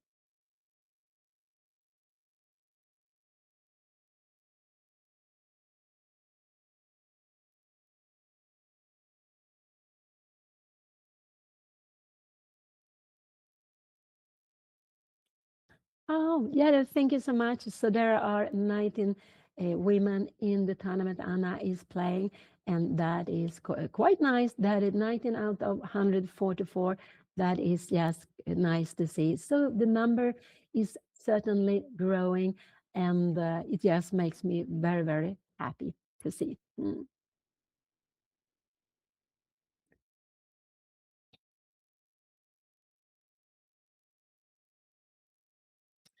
And Anna is sitting very focused on the game, very calm. That is very good. We can see lots of players are very focused. They are in the middle game, this difficult part to play in chess, where you need to find plans, see what is my opponent planning to do. Here we see the plans for Anna. Rook to attack this pawn or to put with rook g1, I told you, or maybe to move this knight further, where it will be very close to the opponent's king and surround the king. These are her plans. And if you look at the worst piece on the board, I would say that this is a worst piece, but this piece is also quite important to keep the king more safe. So black has these pieces defending the king. Also, you have a rook here, but you have an open H line that black cannot challenge. Maybe could this be a way of playing, but that would be coming here in king e7. I'm just wondering, can we go something like rook h8, and now maybe can we pin this one? We could play like this. I'm just wondering if we go here, take, yeah, we can just uh, grab the line, but it's just, I'm not like that. Maybe king f7 could be an idea, just to escape with the king here and come here. And what could Anna be playing here? Now rook h8 is a very good move to the play. And I'm just wondering if we should go something like rook g1, and we are just planning to take here. So if you come here, maybe we would take here. And if take back here, we can we take here? I'm just wondering, do we have time to take here? This is actually we win a pawn, but it's not, we have a pawn more, but we should maybe just play rook h1 instead. Yeah, let's go back. This is very, very far away, but it could be a plan to escape with the king. And the reason is that after that, black can challenge with the rook to h8. That could absolutely be a way of playing the position. I'm not so sure. Maybe a3 could also be a way of saying, I don't care about what you're doing. I will try to open up here. And then it would be good for Anna a little bit to stop her attack on the king side and just block the position. Before she keeps on playing on the king side, just make this a little bit move, just keep her king side safe. And after that, she will continue her plan. And that is very important to remember, that when her opponent makes something, let's think of what does our opponent wants to do.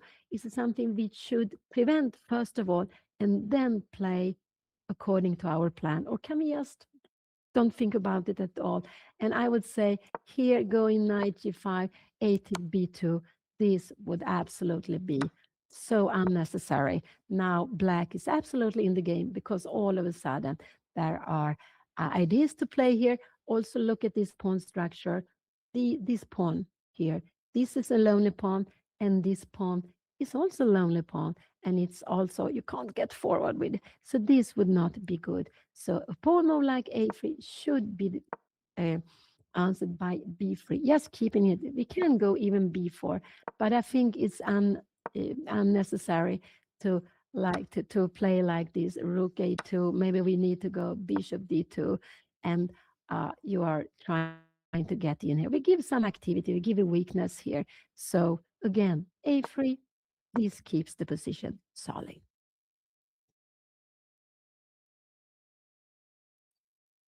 And it's true that pawns, they are happier in general together. If you have a lonely pawn and it's something your opponent can attack, yeah, then it becomes a weakness, a target for the opponent. So pawns are normally happier together. But so we can look at the pawn structure. Look at Anna's pawns. They are all in one line here. These two, I didn't go up, but like this, here you can see all the pawns. They are all together. So they are happier like this. And they're absolutely happier like this. I'm not sure her opponent want to go a3 now because after b3, uh, after the pawn is here, later on, not now, long, much later, she will be able to push this knight away. And when it might be a good moment for it, it's not a good moment now, but it can come later. So it could be that her opponent doesn't want to push the pawn to a3 already now. And we see the opponent's pawn structure. We see all these pawns here. They are together, but this one is a lonely pawn. But I would say that this one is necessary because if it would have been here, they would stay together. But then the open G and FH line, white would just win almost immediately here. So this pawn is necessary just to make a little bit of shield to better defense for the king standing behind it. He took on h3. Oh, he took on h3. That was, the knight g5 was such an annoying threat. But now I cannot see how he will ever be able to defend. He wants to, I cannot see how he will be able to defend the how he will be defender on g6. So Anna will absolutely put both rooks on g6. So what will we see here now? I guess knight h7 is the next move we will see here now. I guess that is what he wants to do. Could it be knight h7? Could that be a move he wants to go here? But we go rook g1 here now. And to go bishop f6. No, we take it. Oh, I'm sorry, I've done this before. And rook f6. But now we come here. You go knight f8. And now we can go bishop g5. Oh, this is getting, we take some material, but we also have, yeah, this is getting very good. So he exchanged his very good bishop. Anna needed to take back. But I would say that this make it more easier for Anna because now she's going to go rook g1, attacking g6, but she also can double the rook, go rook g3 and attack g6 with two pieces. And it's very difficult for her opponent to the defend both pieces, defend g6 with two pieces. So, but he was very annoyed by this knight coming close to the king, and it was not an easy choice, and he decided to take it away. But we also see he took it away with a good bishop. Remember, the light square bishop is a good bishop. That means he has less control on the light square. So we could also have a scenario. I just want, it's very good to dream of different things. And one dream for Anna could be to take the bishop on c5. And if she could get bishop on e6, she would win immediately. So this is also something to remember, to keep on having ideas of what we want to achieve. Oh, thank you so much. Thank you. Thank you so much for the prime. Thank you, Campino 180. Thank you so much.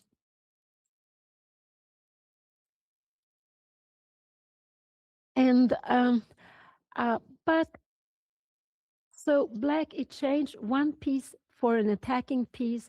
but a little bit clear the lines for the rook, clear the lines for the rook, and actually took away a defender because the bishop could have kept the g6 pawn easier. It could have been the piece to defend the g6 pawn, and then Anna would have needed to create another weakness. Of course, there are lots of weakness in Black's camp. There is an open h5 for the rook to use. It's an open g line and a pawn in g6 to attack. So White has a very pleasant position. Also, they're very difficult for Black to make any active ideas here now because uh, this pawn is actually what Anna is going to target. And now this bishop is very vital because uh, otherwise, there would be very, very much danger on the last rank. So this is a defensive piece, but positional, it's a passive piece, but it just keeps a little bit more of shield defending the king. But rook g1 and rook g3 is absolutely coming now. This has become a very weak pawn without the light squared bishop. So after the first two games has been played, Anna was white in the first game. She won that game. And yesterday she was black. She lost that game. So she has 1 out of 2, exactly as her opponent. And her opponent played with black the first game. Yesterday he was white and today he's black. So this is how the pairing system is. The pairing system is always looking for an opponent with the opposite color and in the other groups. So Anna has always been in the higher group of those with the same points. And therefore, she has been playing against a player with less rating. Yeah, one idea is to move the defender of e6, but as this bishop is not getting to e6 as easily, I would say that the first goal is to go after the g6 pawn here now. And it is such an easy way, it's just to go and grab it. So what can our opponent do? Maybe play king f7, but we go rook g1, and if you go rook here, we will go rook g3, and now you come here, we will just take it. You're coming here. I'm not sure how we should take it. Maybe like this is the better way to do it. And now rook g6 is a tremendous threat. If you come here, oh wow, we have this. And now this is tremendous. You can't save it like this because we have this check. So it is just very, very, uh, uh, this is not easy. And if you go rook e6, yeah, it's a wide defense. We can take it. We can also even start with king b1 if we want, but we can also start like this. And now we move away the king somewhere. And next move, we are going to take the pawn. And if you go g5, I guess we can just start taking control of the h line instead. So let's go back. Let's go back. This is the position. He went queen d7. Now I expect Anna to go rook g3. This is what I expect her to play, to go rook g3 just to attack the pawn. She can also go rook h1, but rook g3 looks very logical to be played here now, just to um, this looks very well, just to attack. So there is a direct attack on the rook. There is an attack on the rook. Thank you so much. I will make it slower so we can see now the rook is attacking and the queen is attacking the rook. So thank you for telling me. I will try to make the move slower. So if Anna plays this plan I said, which is very good to attack the g pawn, this would be a mistake because the rook is under attack and her opponent can just take it. So what Anna just needs to do after the last move is actually after queen d7, she needs to go here. And it could be just to go rook here. And then I don't really know what her opponent shall do because now you're going to grab the pawn. You can try to defend it like this, but then we will just put the next piece here and we will take on g7. And I don't know. Yeah, you can go king h7 if you want to. I think we actually here, but here I just like maybe queen f1 to bring it here like this, rook here. And we can even make a slow move here, not to have any checks, or we can go queen c7 and we will take them. You're not in time for this. And if you make something like this, knight f4, I guess we will just take this and we will grab here. And this is just, and we are having a huge threat here. Next move. So let's go back. So queen d7, there is an attack on Anna's rook. She needs to do something about it. And I would say that this is the easiest way to play. This is the easiest way to play because she can put the rook here, but this bishop keeps everything defended. So it's the rooks are actually more better on the G line. They're more better on the G line. It looks like Anna is on her way to make a move. It looks like Anna is on her way to make a move. And she played rook g3, and that is a very logical move. There was an attack on the rook. She moved the rook away, and now we can see she attacks the pawn on g6. Anna to move would absolutely grab the pawn. So what can I expect her opponent to play? I expect her opponent to play to go queen f7 here now. Try to uh, this is what I expect her opponent to do, to go queen f7, just to defend the pieces with into to defend g6 with the queen and with. It could also be that her opponent will make a3, a move like this, and Anna can take on g7. But again, this is a very good move to be played. Just keep the position solid. The threats are the same. And the threats here, you see, they are exactly the same. And we can see that the king stays very solid. It's blocked. Only way to open up is like this. But after a move like this, we go king b2. You can give a check here, but this, now I'm making maybe too quickly, but we see this is absolutely no danger. You have nothing here you can make. This knight is tremendous, keeps everything defending, and the queen is very far from the A line. Mm. Hope I didn't do it too quickly, but let's go back. So rook d3 was a good move. She attacks g6. So what will her opponent do? It could be that he will play this little move a3, try to open lines. It could be, or he will start, try to defend the pawn on g6.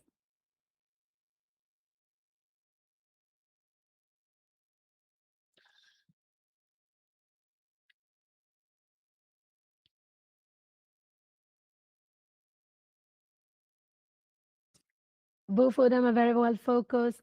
Anna has now she has made 21 moves after her opponent exchanged the knight, traded the bishop for the knight. It was Anna played immediately, of course, and then now she made this quite quickly. Rook g3, very natural move, attacking a pawn, very weak pawn, and we see this is the difference when we have a pawn. This pawn is a lonely pawn, so. But it's also very important to keep a shield, keep this bishop, keep the king defended behind the bishop. But it's very, very difficult to defend it. There are no knights to defend it, no light minor piece. The rook cannot defend it. So it has to be either with the queen or with the king.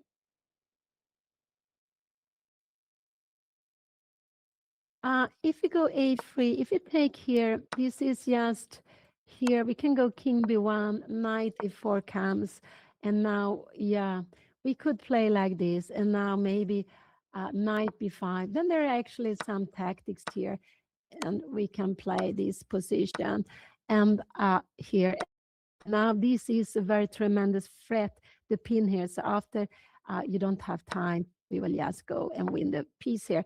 But there are some tactics. Anna is doing still very well in a position like this. So even if she allows this to open up after a3, she's still doing well. But we should always think of the first of everything in the position is our king safety.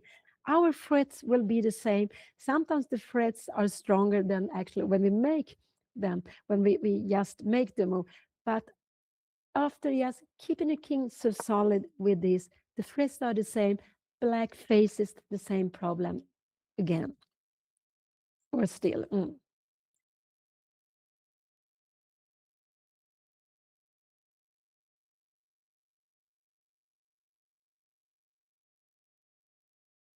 Both of them focus, and we see that their opponent, yeah, it takes some time, but it's because it's not at all easy to play this position with Anna putting up pressure here, and soon there will be another rook coming to g1, I believe, to double the pressure against g6. So what could he do? It could be he will play like this, rook u1 and rook g8. Could this be a problem like this? And bishop g8. That could absolutely be a way. But now we have another piece to enter with. Wow. And you can see you need to come here now and maybe I'm not sure the best way of playing this. It could actually be that we should we pin this, but then we have time to exchange here, and we will get in with maybe rook g8. Could that be a way of playing? No, we have bishop f5, so it could be. So I think this is what I expect her opponent actually to play: to go king f7 and rook g8. This just to give this pawn and try to get some activity here. This is what I think her opponent will do. And this is the third round in Rilton Chess Festival up to 2,200, the second group in the big festival with several hundreds players. In Anna's group, there are 140 players, around 144, I believe it was. There are. And Anna is seeded number 26 among all these players. It's the third round. So in the first round, Anna with white won the game. In the second round, Anna lost the game. And now we're seeing the third round. It is a King's Indian, the Makugonov variation.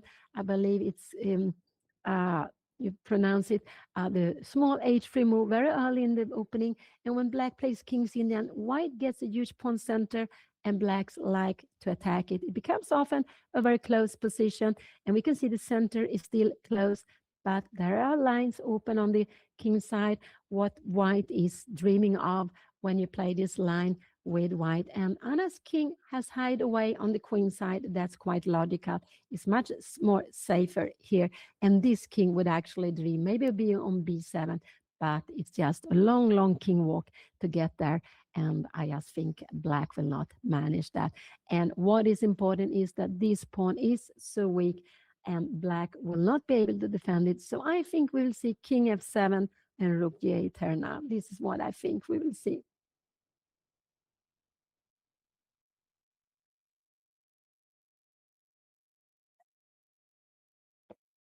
So I will guess that her opponent will go king here to defend this, but when Anna puts more pressure, just to play rook g8 and play the position um, with a pawn less. This is what I think her opponent will do.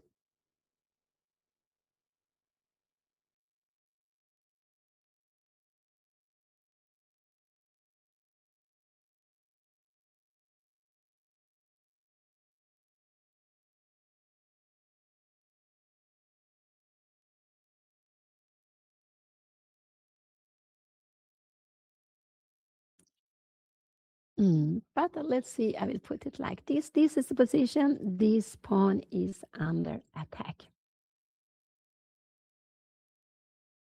And behind you see Martin Lokander, Swedish IM. He's actually not playing in the tournament. He is walking around.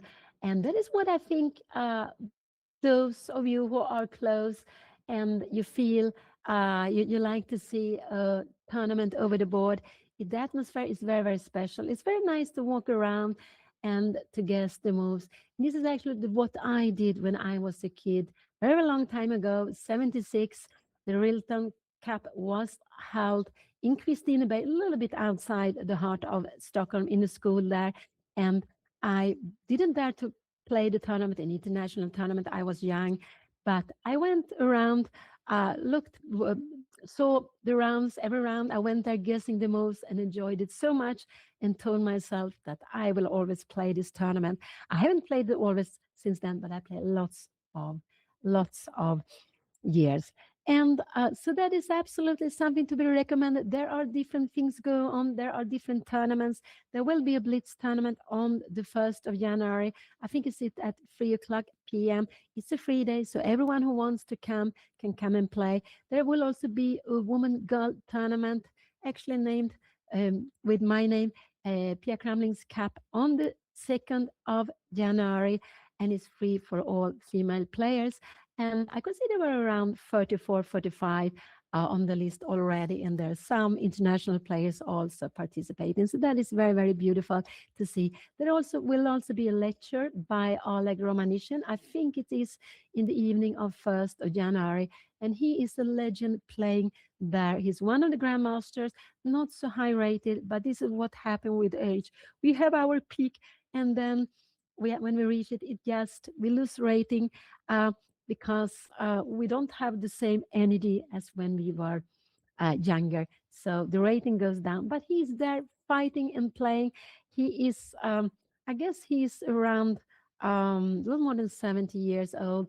He has won medals, individual medals. I believe he won both gold medals, both individual and for team, both for Soviet Union and also playing for Ukraine. There was maybe individual medals, I'm not sure. So he's a legend taking part, and will also have a lecture for those of you who are interested to listen to it. So it's lots of things happening around it. There will also be a rapid tournament one day, I believe it's on the 3rd of January in the evening, if you like to come and play. So if you have the chance, if you like to play online, take the chance just to see how it is. And it's just very, very cozy. It's almost like you can touch the atmosphere when you walk around. And that is very nice. And so it's free for the spectators to come in and to see the players when they are working so very hard.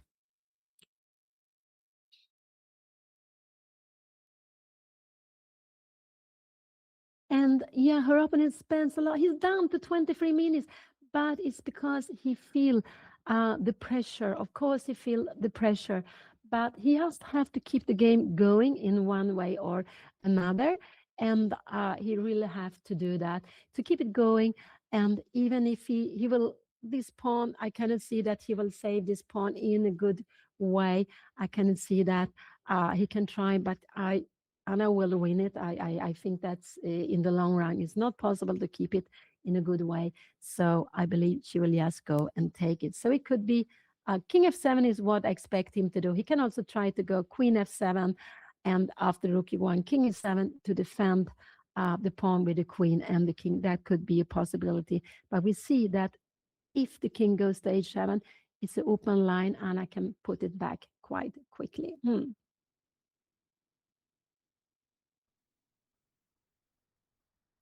In Anna ahead of time, I'm very happy to see that. That's very nice to see. She's ahead of time quite a lot of time, and it is because, yeah, her opponent, he has in some moment play very quickly, took quick decision, but he is facing problems, and that's why he's spending so much time here.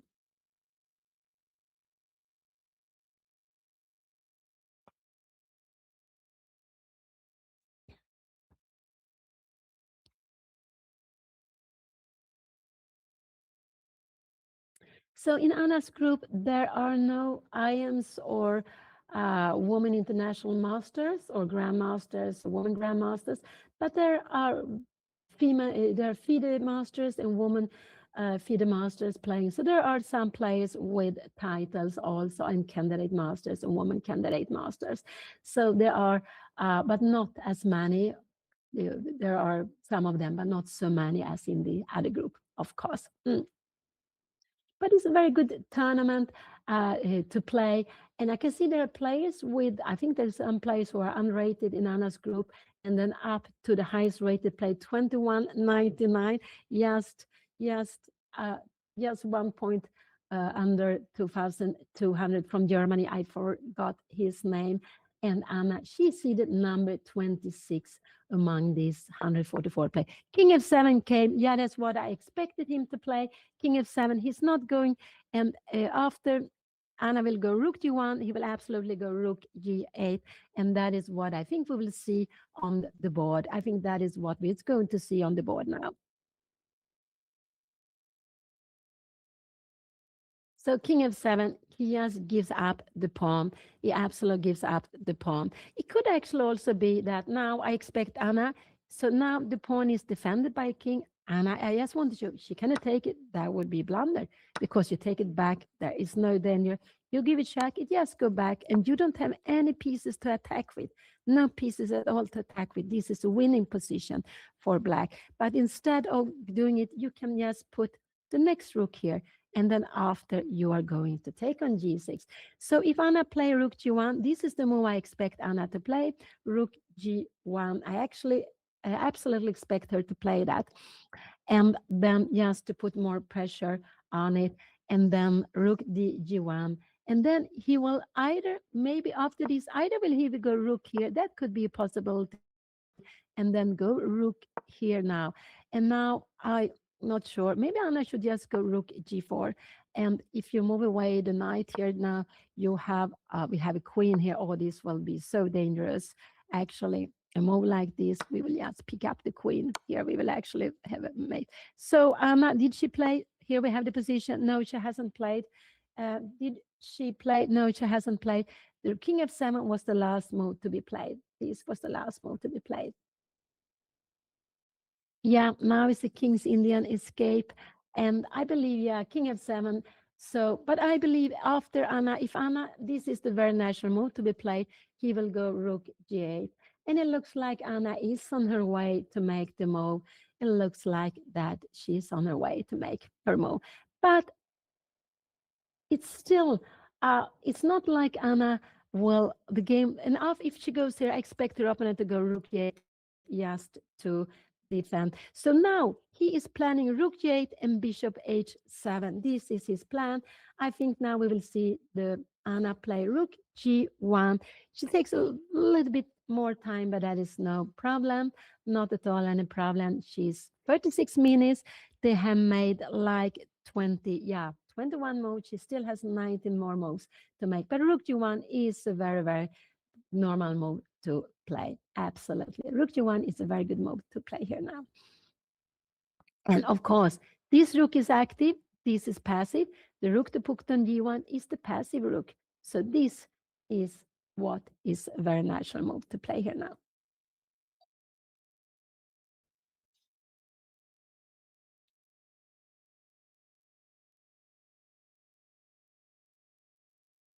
Hmm.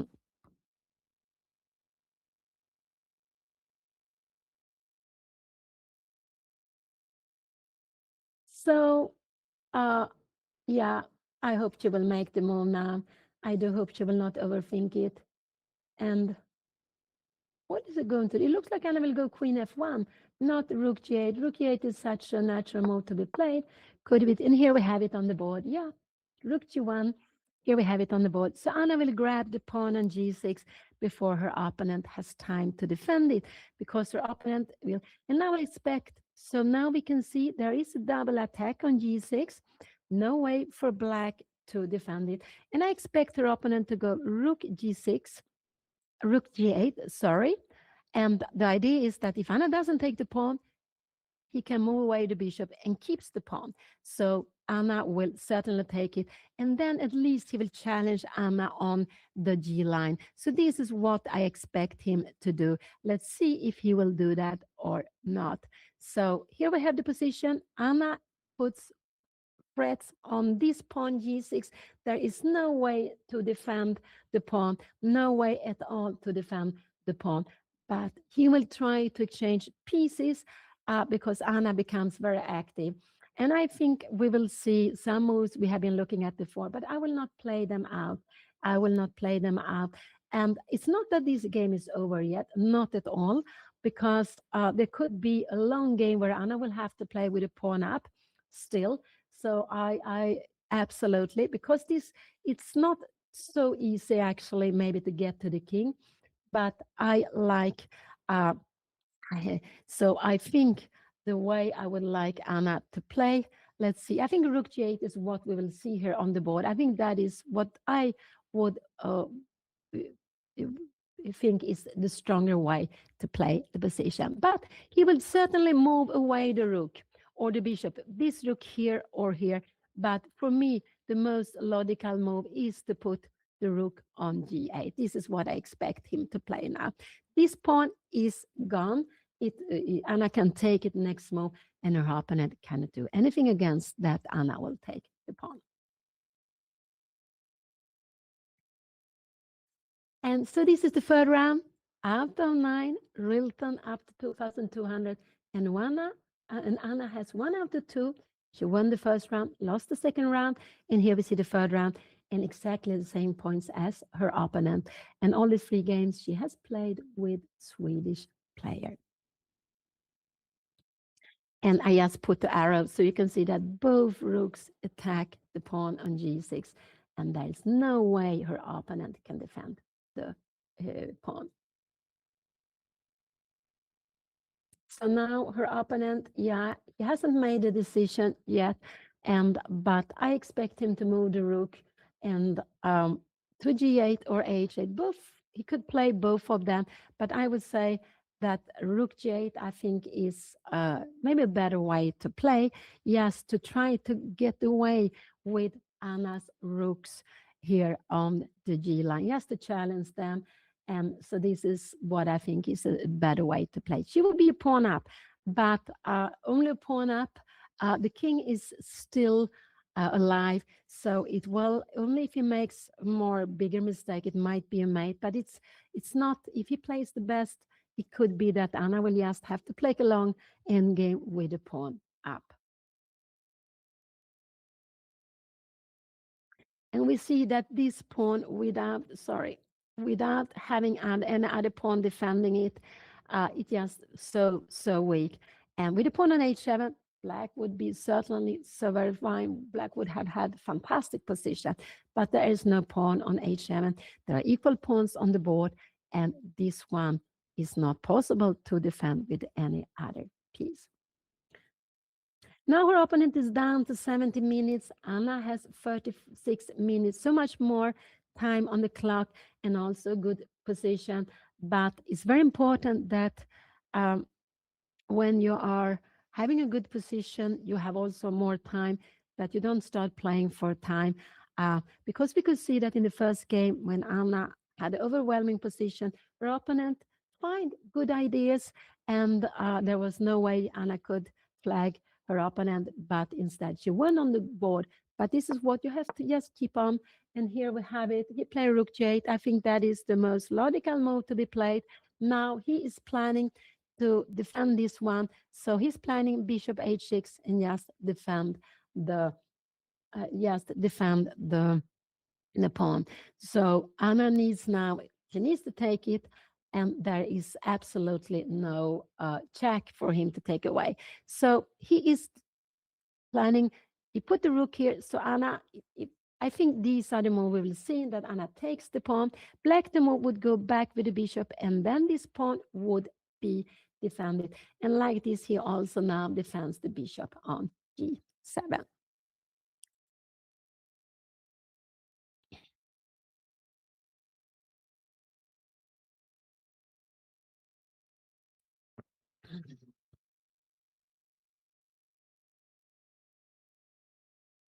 So Anna takes a little bit of time, but I do hope she doesn't take so much time before playing here now.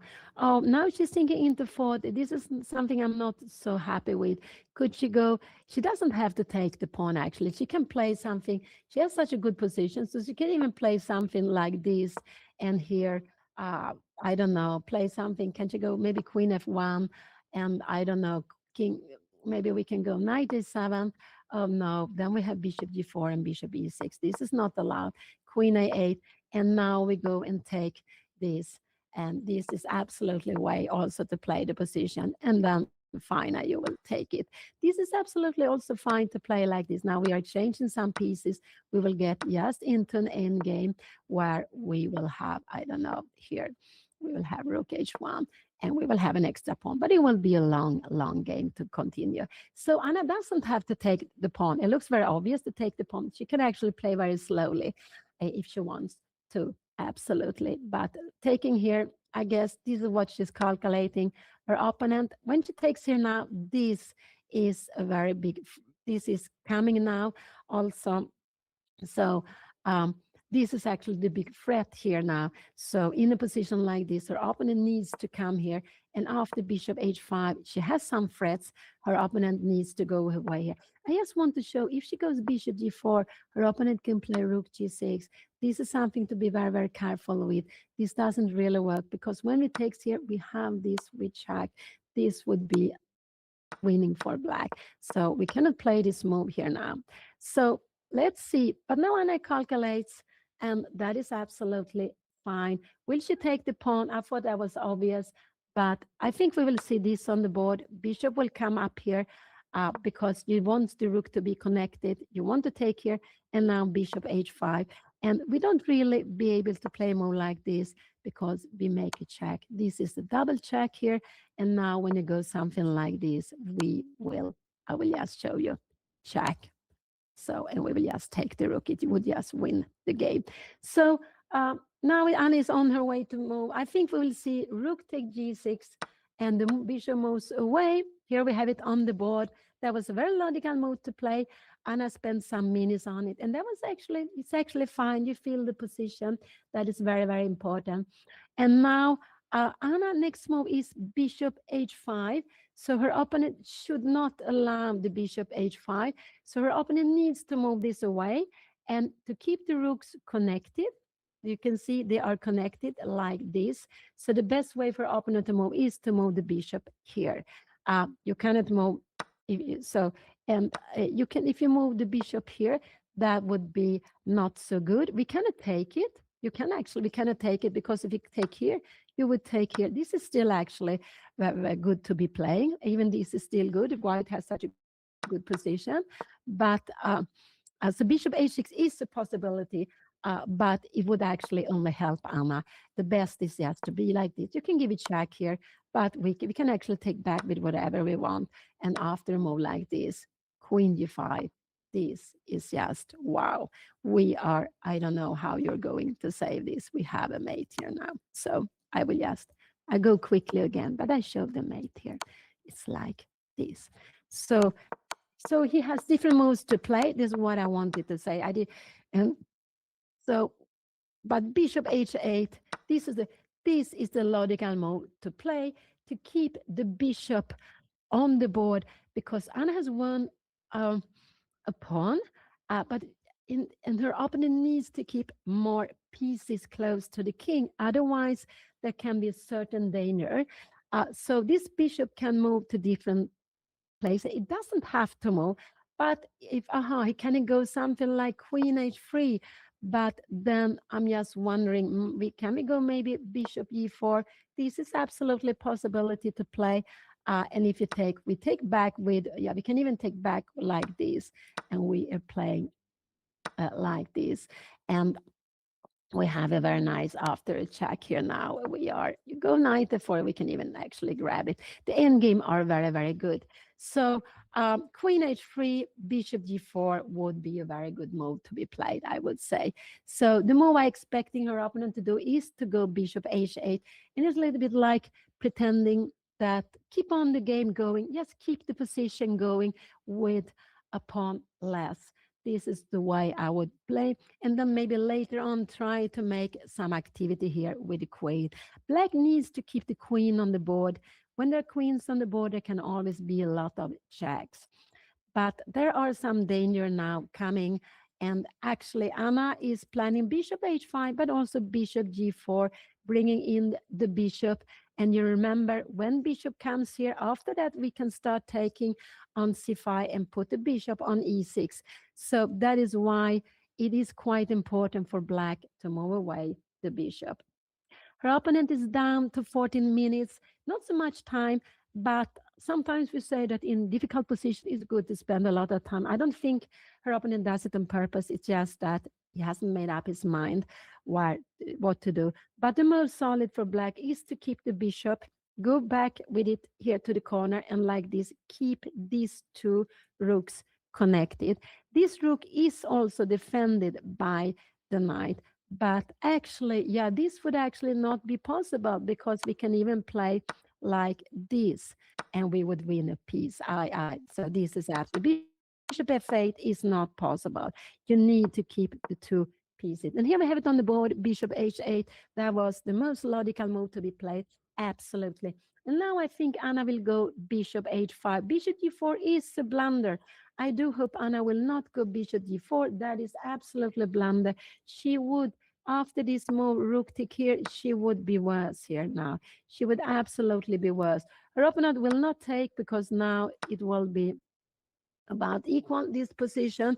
Um, Even this will be about equal, but no, she cannot do that. So bishop g4 is a blunder to be played, but I expect Anna to play this here now, and king e7. This is what I expect to see on the board here now. Actually, I expect this. Maybe something like, now actually this is good move. Can you go queen h4 now? But now we are putting some more pressure. It's very good to keep this square under control. And again, when you go like this, and here you do something like this, we will go bishop f5, and we are just bringing in the pieces. And all of a sudden, can you come here now? No, we have bishop take f6, and the rook will fall. This is very, very far away, but I like bishop h5 now.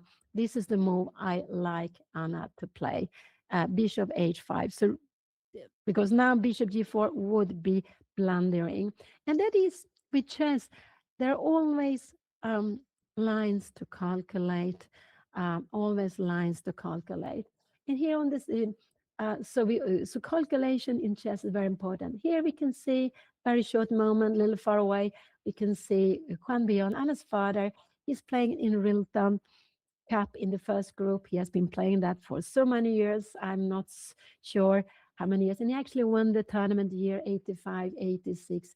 It was not then held in the heart of Stockholm. It was actually held in Saltsjöbaden outside. I forgot about that. Some years the Rilton Cup was held outside Stockholm. And that is, yeah, that is Anna's dad who was watching for a very short second. So bishop h5 is a move I like. Also, yes, going back here could be possible. And if you take and take here now, rook g8, we can give a check. You need to move away king f5. And maybe bishop g6. Can we also go here now? Maybe this could be possible. You're coming here, and we are just bringing up our pieces. This is also very, very fine to be played. There's so many ways to play this position. Actually, it's just so many ways to play it. And you can just, after a move like this, I think we can just make it maybe a little bit a small move. Maybe this would actually make it easier for black. Yes, so sometimes a little bit careful not to give away the queen. Sometimes with different color bishop, it could help perhaps the defender. Sometimes it's better for the attacker, but sometimes it helps the defender. So I expect Anna to go bishop h5. This is a very tempting move to play here now. So now black has a big threat. The big threat is to take on g6, the rook. Anna can absolutely change on g8, and then we will see an endgame where Anna has a pawn more. She can absolutely do that also. So so she can take on g. What are the moves to consider? I think this is one move to consider. Bishop h5 is one. Another move is to take on g8, and another move might be to go back here. These are the three moves to consider now for Anna. Now Anna is down to 30 minutes. She can also play this. If you take here now, I think I like to take with the bishop. The king has to move here or here, maybe here. And now we go bishop f5. This bishop is tremendous. And after a move like this, I guess, now look here, we can even attack on this side on c7. Oh, how are you going to defend this? It's not possible. If you go queen d8, we will just maybe start to bring in our queen here now. Maybe queen f1, queen h3, or maybe queen f3. So it's just, and then we can see this hole on b5 is something white can use. So we go back. So after bishop h5, if this will be played, the best black can do is to go away, I would say. That is the best black can do. And then to go away. And in this position, yeah, we can go maybe bishop g5, we take back. And after that, maybe queen h5, could that be? We have something here. But now I like maybe a move like king c2, keep just control, and we will go bishop f5 next move.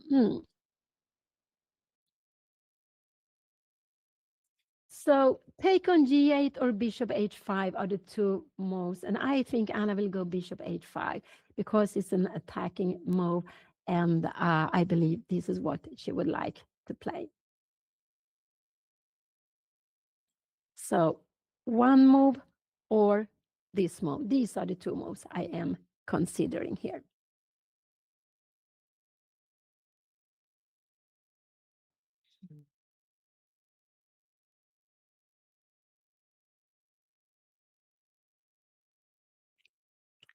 So Anna has now 28 minutes on her clock, but always they get this half minute extra. Because there's some game finished there behind. I don't know what happened, but now they have been playing for close to 3 hours. They played for 2 hours and 45 minutes, so it's quite a long time. But chess is like that, and for me, time has been running. I think we will see. I think we will see bishop h5. I'm a little bit scared if Anna go bishop g4. That would be a blunder. I'm a little bit worried about that. Bishop, yeah, but bishop g4 is, and here we have bishop h5. So happy to see that. And that was the more expected. And the best her opponent can do is to go away with the king. And it's a little bit like that, that we have tension here. And he can also take on g6. That could be possible. But then he helps Anna's bishop to reach this diagonal. So actually, Anna would like to put the bishop on f5. So it would be better for her opponent not to actually help her to play that. So I expect now this is a tremendous threat. And if you take here, you would actually only help the queen to come up. You cannot do this, would be a mate. You have 1, 2, and 3 pieces, only one rook to defend. It will be a mate immediately. So there's no way black will take the bishop. So but there is also a big threat of just taking here or giving check here because there is a check from the bishop and a check from the rook. So it's a big threat of a double check, winning on the spot. So black can either take on g6 or run away with the king. That are the only move black can do in the position. So either take on g6 or run away with the king. And I'm quite sure we will see her opponent running away with the king.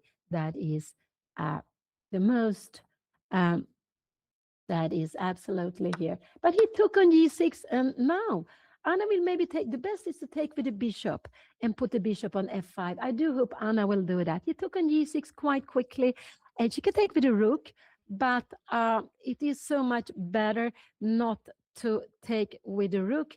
It would be so much better to take with the bishop and to put it on f5. So I do hope she will do that. And I think Anna will take, she will think some minutes here. She has only 2 moves to make.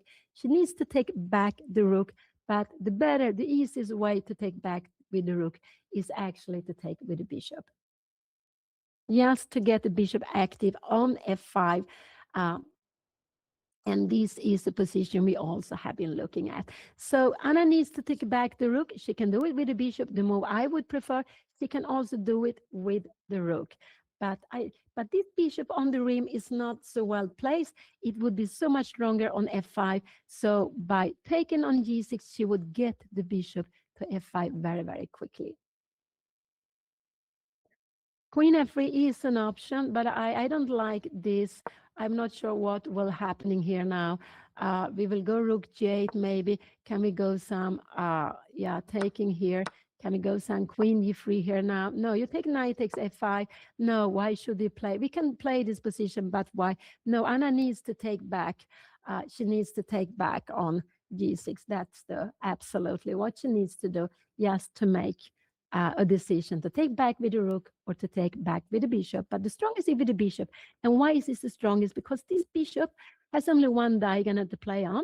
If this bishop were here, it would have 2 diagonals to play on. It's more active here. It's a bishop on the rim. It only has 1.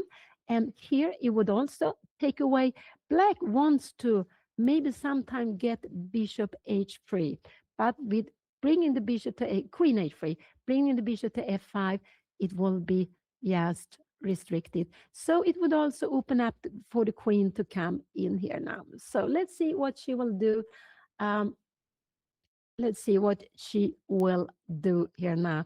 But she needs to take back on g6. That is absolutely what she needs to do.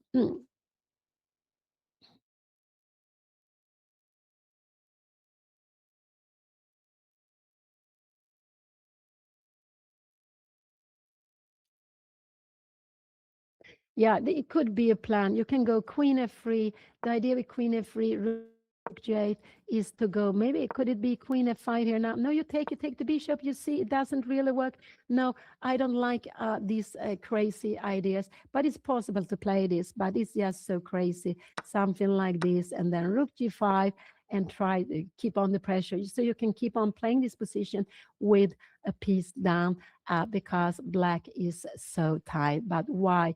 And now, not even now, the idea is to, the idea is maybe, yeah, I'm not sure, but why to play like this? No, white need to take on g6 with the bishop or the rook. I prefer to take with the bishop.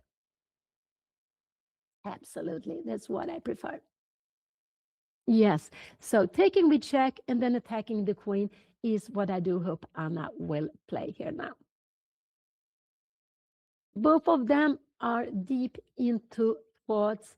Both of them are very, very focused. And they have been playing now for very close to 4. And she played bishop take e6. So happy to see. It was the best. The king has to hide the white. It's a forcing move. And she will bring the bishop to a more active place.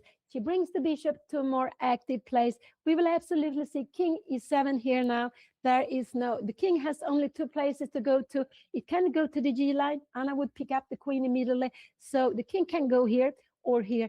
But this is logical just to keep it possible to go out. And now we will, I hope we will see. Here we had king f5 was played. Now Anna has 15 more moves to make, but she has a winning, overwhelming position. I don't think she will go bishop f5 here now. So she will just open the line for the rook. I believe we will see that on the board. Here we have it. And let's see what what her opponent will play. And after this, I believe Anna will go maybe rook g6 here now. Queen a8, knight b5 is a very good move to be played. I'm not sure if Anna will do that. Queen here and knight b5 is very good move to be played. We have actually been looking at this. So I believe her opponent will go e8 just to be able to try to get out with the queen. Her opponent needs to go down to the last rank. He doesn't have time for rook g8 to challenge Anna here because he's trying to survive, not to get mated. But this was a very nice maneuver Anna did. And I believe the queen has to go down 1 or 2 square. I expect we will see queen e8 here. I expect so. Her opponent is down to 12 minutes. Anna has 24 minutes. She needs to make 14 more moves. So she has like a little more than 2 minutes per move, 2.5 minutes per move, I believe. So 2.5 minutes per move. No, 16. No, maybe about 2 minutes per move. Queen 8, we have it on the board. And now actually knight b5 is a very good move to be played. I'm not sure if Anna will do that, but it's actually a very good move to be played, knight b5. So sometimes, but it could be that she's very much focused on the queen side. We can see that this queen would like to enter, but you don't have any way to enter. Her opponent will try to go queen f7, rook g8, and but this is a weakness. Could she go knight b1? Are you going to go king d8? That would be, we come here now, and then next one, we will just try to bring up the queen here now. That would be very, very tough. And you see this knight, so strong it is. Will she go knight b5? I do hope so, but I'm not sure she will do that. So it could be that she wants to go queen f3. She could also go maybe a small move, king c2. And the idea with king c2 is actually just not to have any check on d3 because she can also go queen f1 to try to go here. But could it be their opponent? Queen f1, maybe her opponent will go a3, b3, and grab here now, and then go a2. This would absolutely be not unnecessary. So queen f1 is a move I don't want her to play. I like king c2 or knight b5. Well, let's see what Anna will do. King c2 or knight b5 are the moves I would like to see on the board. King c2 is just to keep this square, but also to keep, so there are no sacrifice on b3. So queen f1 would be a bit, because we can see these two pieces keep, there's no way to check the king. There's no way to check the king here. She can also go bishop d5 if she wants to, but she can't get really into the position. So what could I expect? I could expect rook g6 could be a move Anna wants to play, but knight b5 is a very, very good move to be playing. But Anna has to keep control. We can see that one blunder. Is she going to go? I think we'll see rook g6 here now, actually. I think this is what we'll see on the board. Yeah, but I would prefer knight b5. And she went bishop g5. This is nothing wrong with the move here. Absolutely nothing wrong with the move to be played. And we can see that a3, b3, this is no danger because after a2, we can just grab it. Her opponent will certainly play queen f2 here now, queen f7 and rook g8. I think this is what is going to play here now. So she played bishop g5 just to tie down this. And now I think her plan is to go queen f3 and queen a3. So I guess this is what we will see on the board. And again, knight b5 is a very good move. I'm not sure if Anna, but then we have a3. Remember, b3 is not possible. Can we take here on b3 here and a2? No, we have king b2 and everything is defended. I just will show it when I went so far away. I am showing a very line very far, but I want to show you that white has everything under control. So she pinned the knight. That was absolutely one of fine moves, and it means that black can't even go to exchange the queen on h5. And again, Anna chose to play against her opponent. She went and took something more to drink, and that is also very important. Chess takes a lot of energy, and we need to drink during the game. I think water is very good, but it could be water, coffee, tea, whatever you like, whatever gives you energy, because they have been playing now for free 4 hours. Wow, 4 hours or 3 hours? No, they are 3 hours. And for me, the time has been running. It really has been going very, very fast. And so they need to keep the energy. The game will keep on going, absolutely keep on going. Anna has a fantastic position, but she needs to keep control, play this slowly, not allowed any kind of counter play. And we see that all her pieces are well defended. They are well defended. But this isn't a dog square, so probably her opponent will play like this. If you go knight b5, you go rook g8. Can we do take knight x7? There is no danger here because you can't get a pin or you can't get a pin if that would be possible. And so you can play like this, but this is absolutely nothing to be worried about. There is nothing here. So so this is, I expect your opponent to go queen s8. It could also be bishop g7, and after bishop g7 to just try to get to the h line. But if he goes bishop g7, I expect Anna to go queen f3, and if queen h8 comes, she can go rook h1, and you will need to come back, something like this.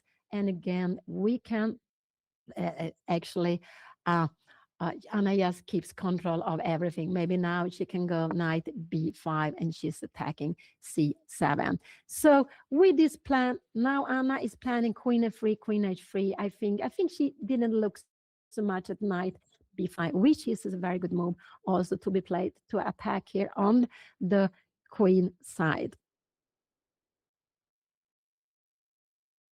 So here we have it. Here is the position. The last move to be played was the bishop to g5.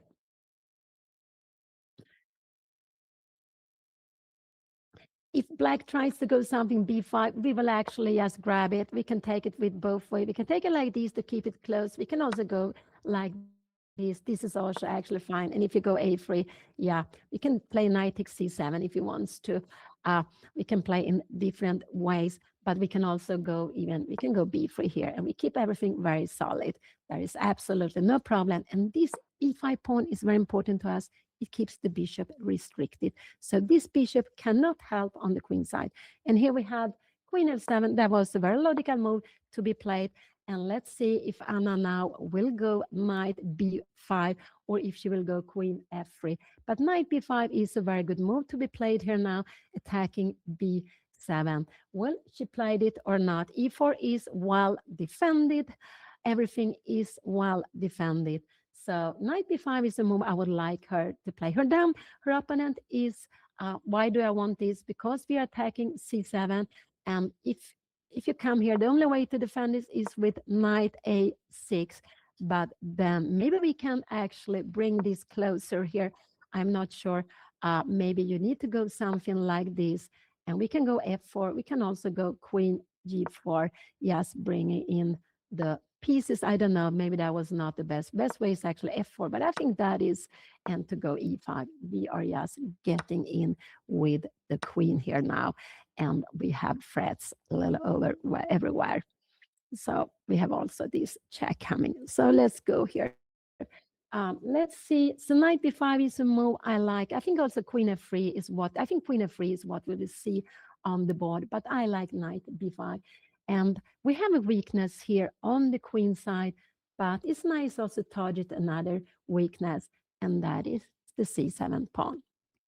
So after knight b5, if black would go king d8, we can see that the kings stay very, very passive. And Anna would be able to bring in her queen. I would actually start with king c2 first, and then I would go queen g4 later on. I like to make this little bit safe move just to keep d3 square under control.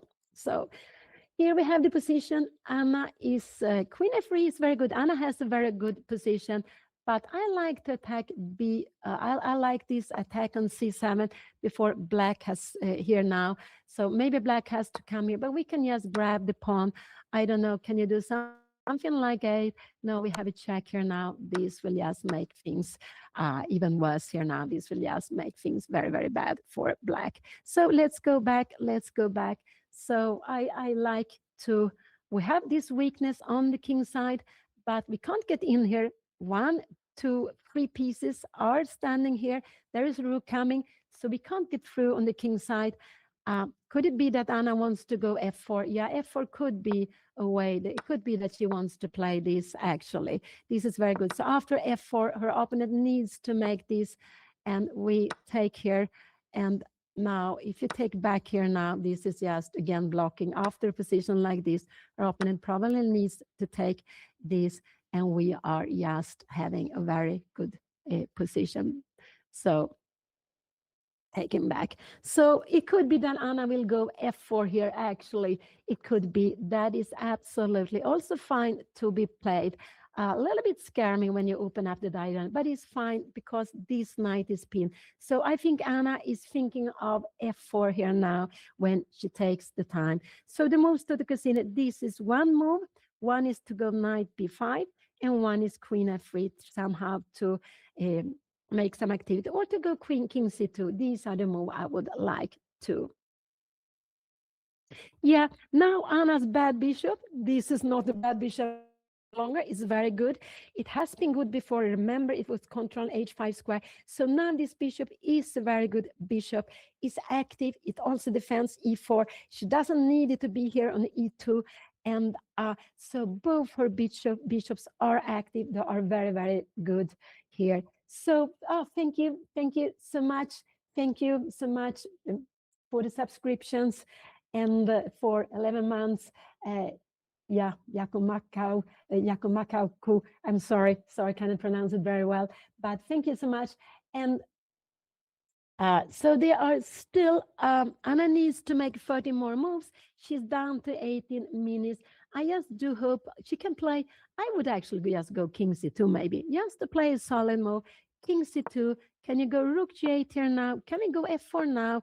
Is this, but then you have time for king e8 perhaps, and we just grab here now. And again, I don't really know what her opponent should try to do. Everything is just fine here now. Everything is just amazing for her. So this is also, I like just the king on c2. It's on a light squad here now. But his plan is to go rook g8. This is the idea. With queen f7, he wants to go rook g8. This is what he's going to play next. So One move is good, two move is good, three move is good. These are the three good moves I would like to go. And queen f3 is possible, but there's no way to enter here. So on the queen side, I just don't really see the point of going queen f3, but absolutely, Anna can absolutely play it if she wants to.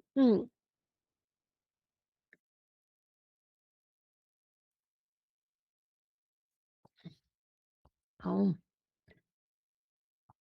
So Anna is down to 16 minutes. It's still fine with the time. She has like 1.5 minute per move, 1.5 minute per move. Uh, and let's see what she will do. I think she's considering f4. I think that is absolutely her idea, and that is absolutely a fine move to be played. F4.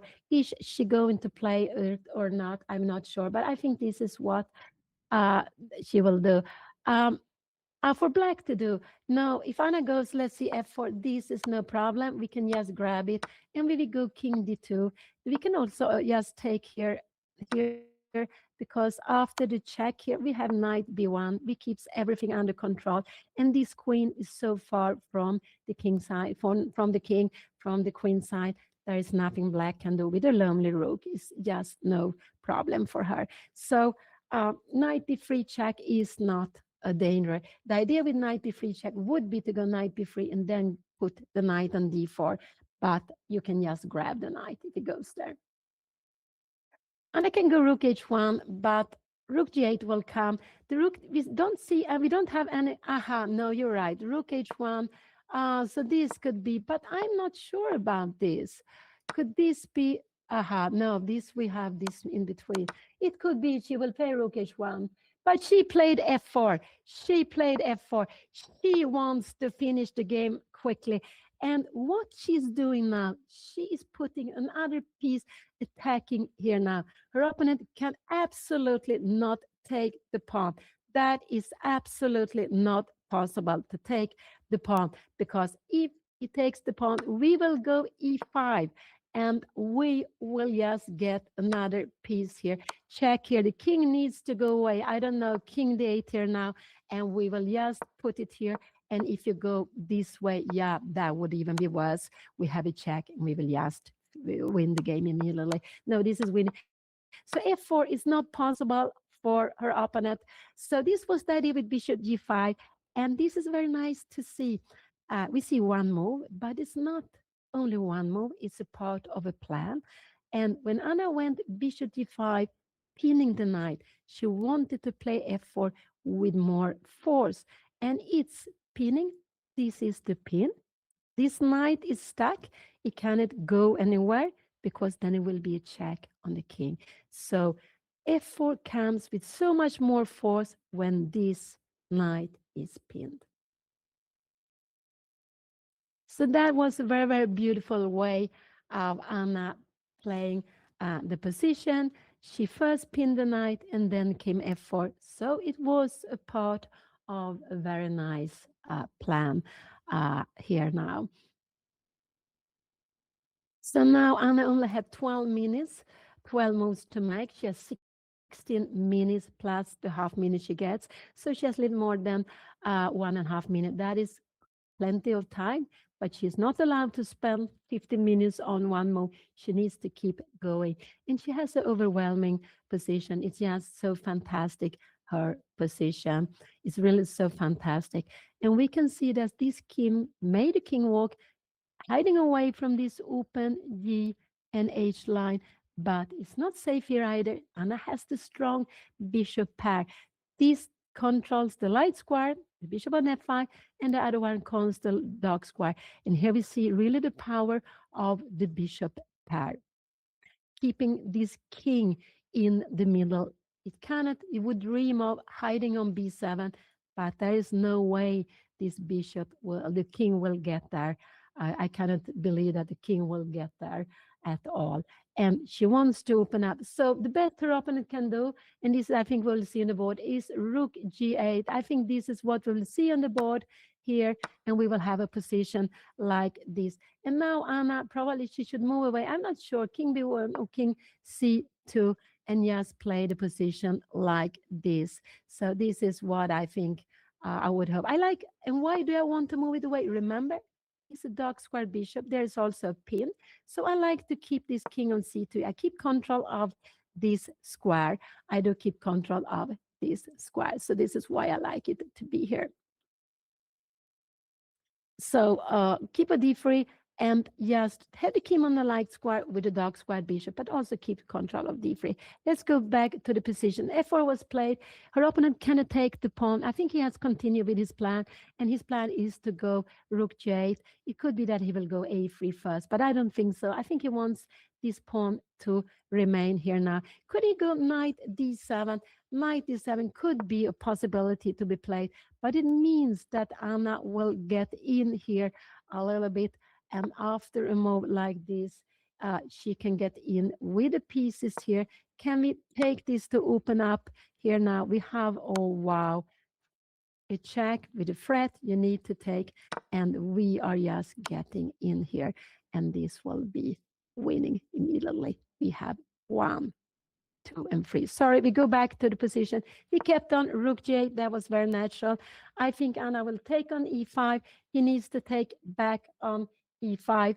And then she should just play. I would like to see a very small move like king c2 after that. So this is what I do hope she will play. But it could also be that she it could also be that Anna, after this move here, that she will go queen f3. And the idea with queen f3 is actually just to have more pinning here. Can c6 be held, played? I don't know. Can her opponent go something like king d6? No, we get knight d5 for free. Wow, no, that's not possible. So, so rook g8 was played. He just keep on his plan, putting the pieces on the king side. And I think Jana should just take on e5, open another file, and she will get, she has a pawn more here on the queen side. She has a winning endgame after exchanging that. She keeps also this bishop block. So take on e5 is really what I do hope she will play here now. Yes, take the pawn. Her opponent cannot do anything. Could her opponent after this? Yeah, but yeah. So this is what I just hope that she has trade here now and just keep on playing the position.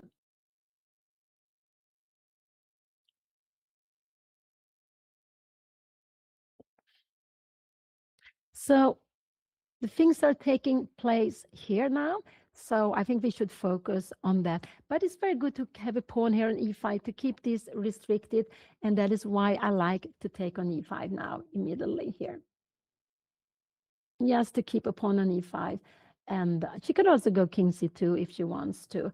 But both of them are absolutely fine to play. Because I like this, I like the king here on c2, just to keep this square under control. And I like the king on a light square also.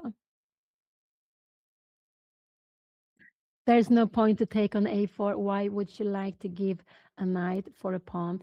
This pawn, Anna is attacking with a knight, but it's also defended with a knight. So you don't want to take it. And also, we don't, she has such an overwhelming position. This pawn, she doesn't really want to take it. She would open lines there. We should still concentrate here on the middle board. If she wants to do anything with the knight, it could be to go forward with knight b5, but it's not as strong as longer after the rook had reached g8. Her opponent can try to go away with king d8. He has to keep c7 defended.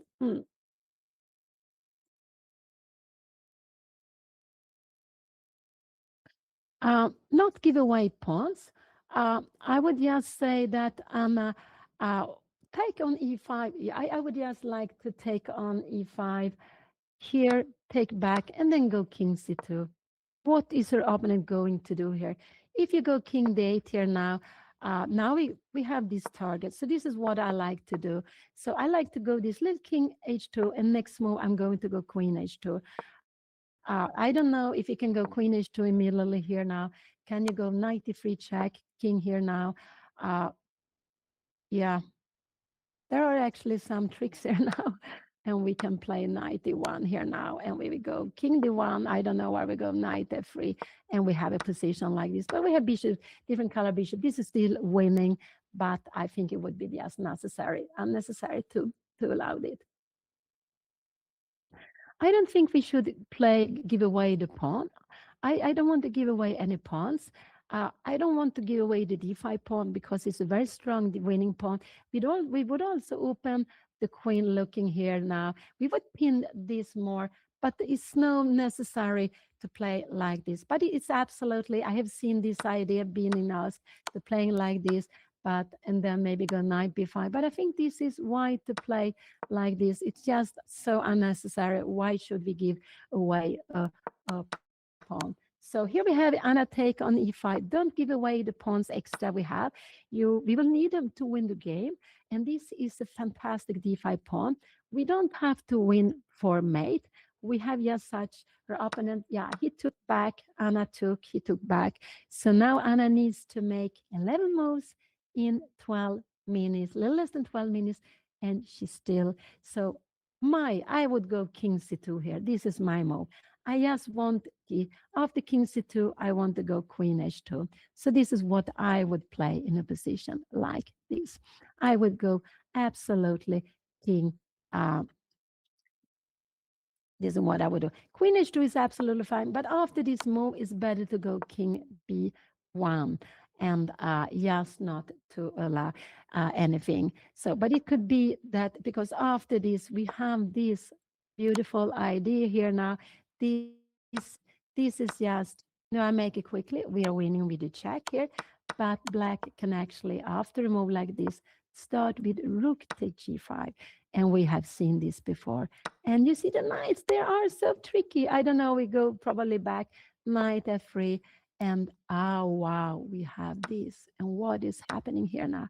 We have queen c8, and we will take on c7. So we play, this is actually just winning. Let's go back. But then the king is very good where it is on b1. So let's go back.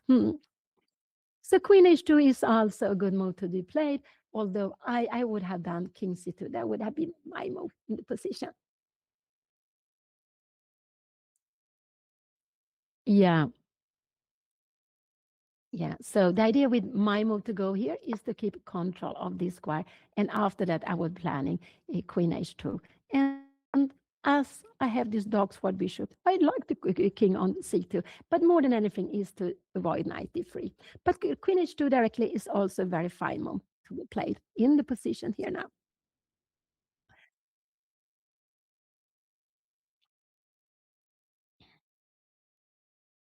If queen h2 comes, I guess maybe we have to go queen f8 here now. And now, yeah, maybe, so we just have to go away with this. Actually, I believe so. So, can we go, and we can't go play here now? This would actually be losing. There is a fork here. You remember, this we have to be careful with. So let's see. Anna is down to 9 minutes. What did she play? I think she will go queen h2. And now queen h2 we have on the board. Queen take e5 is a big threat. Her opponent cannot go king d6. It's not possible. So now Anna attacks this pawn. But don't forget, this is the threat here now. So I think we will see king d8 on the board. I think this is what we'll see on the board. I believe so. But now actually, now Anna can play this move because after this queen, she has a bishop e6. So this is some players who wanted to play like this. So, but after a move like, so I think king d8 is what we'll see on the board here now, because there is a fork here. After king d8, we cannot take it. That would absolutely lose the game on the spot. So after a move like this, maybe king c2 has to be played. And again, can we defend this? Oh, queen e7, but now we have bishop take f6. There is no check here. So all the time, I like to make king c2 in this position. Queen h2 was played. There is a direct threat of going queen e5 here now. This is a direct threat to be played. what can her opponent play here now? I think her opponent will play either king f8 or king d8. I'm not sure where the king will go. Probably the king will go to f8, just to here. And now then I would just move it. Is it indifferent if you go here or not? I don't think so. I would still put the king on c2 in this position. It could be that king is better on b1. I would probably still go here. Maybe it's more safe on b1, but I would probably again go with the king to c2. It's more the move I like to have to keep away the knight from the square. Also, there will be no check if you if there will be some opening of these lines here now. So again, what was happening here? Bishop g7 was played. So he just allowed Anna to take. And his idea is he wants Anna. Now this could be a mistake. King f8. And Anna needs to come back. No, this is also still very good, but it will be open up. So he go bishop g7. His idea is now actually knight take a4 is a with very good move, but this would be crazy. After rook h here, now we have queen a5. You're moving away, and we have knight takes c5. You need to take back, and this would actually be just a winning game. We can play in different ways. Maybe now we can go d6 if we want to. No, there is a pawn. Maybe we can just play some solid bishop e6 here now, or whatever, or maybe queen e6 here now. Just go for the endgame. So Anna shouldn't take on e5. Bishop d7 was a clever move to be played. The move I would go is I would again go king c2. This is the move I would absolutely play here in the position. This is the move, and then her opponent probably go king f8, because this would be a blunder, because knight took f4, and he's absolutely here in the game. He's absolutely in the game again. So don't take on e5. I think bishop g7 was a clever move to be played, and is down to 8 minutes. And again, I would go king c2 here now. This is actually the best move, a move that someone wanted to play before. And the idea with this move is that after knight take e4, we go bishop e6. We are attacking uh, and the queen. And if you move away the queen, we will just go bishop takes here now. And now we have queen take e5.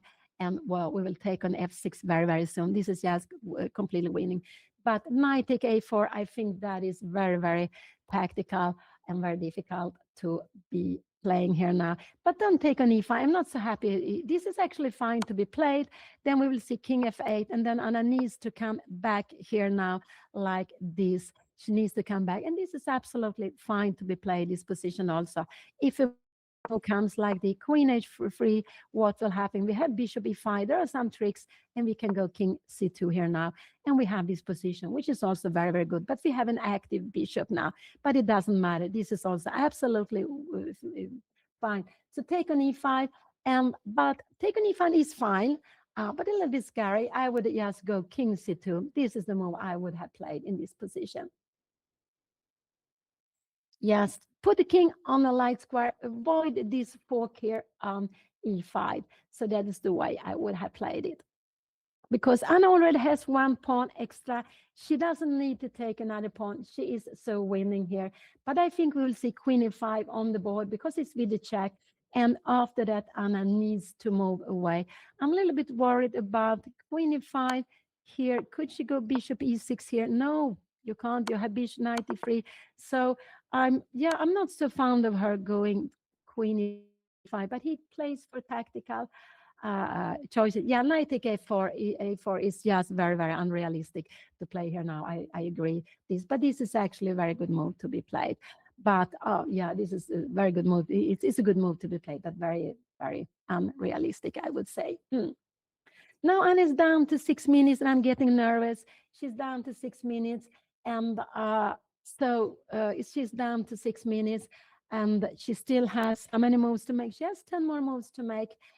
She still has 1 minute per move, and so I like king c2. Just play the move, and you have king f8 here now on the board, and we will just keep on playing the position. But I believe that Anna will take on e5. This I believe she will do. Will she play the best move after? I do hope that she will do that.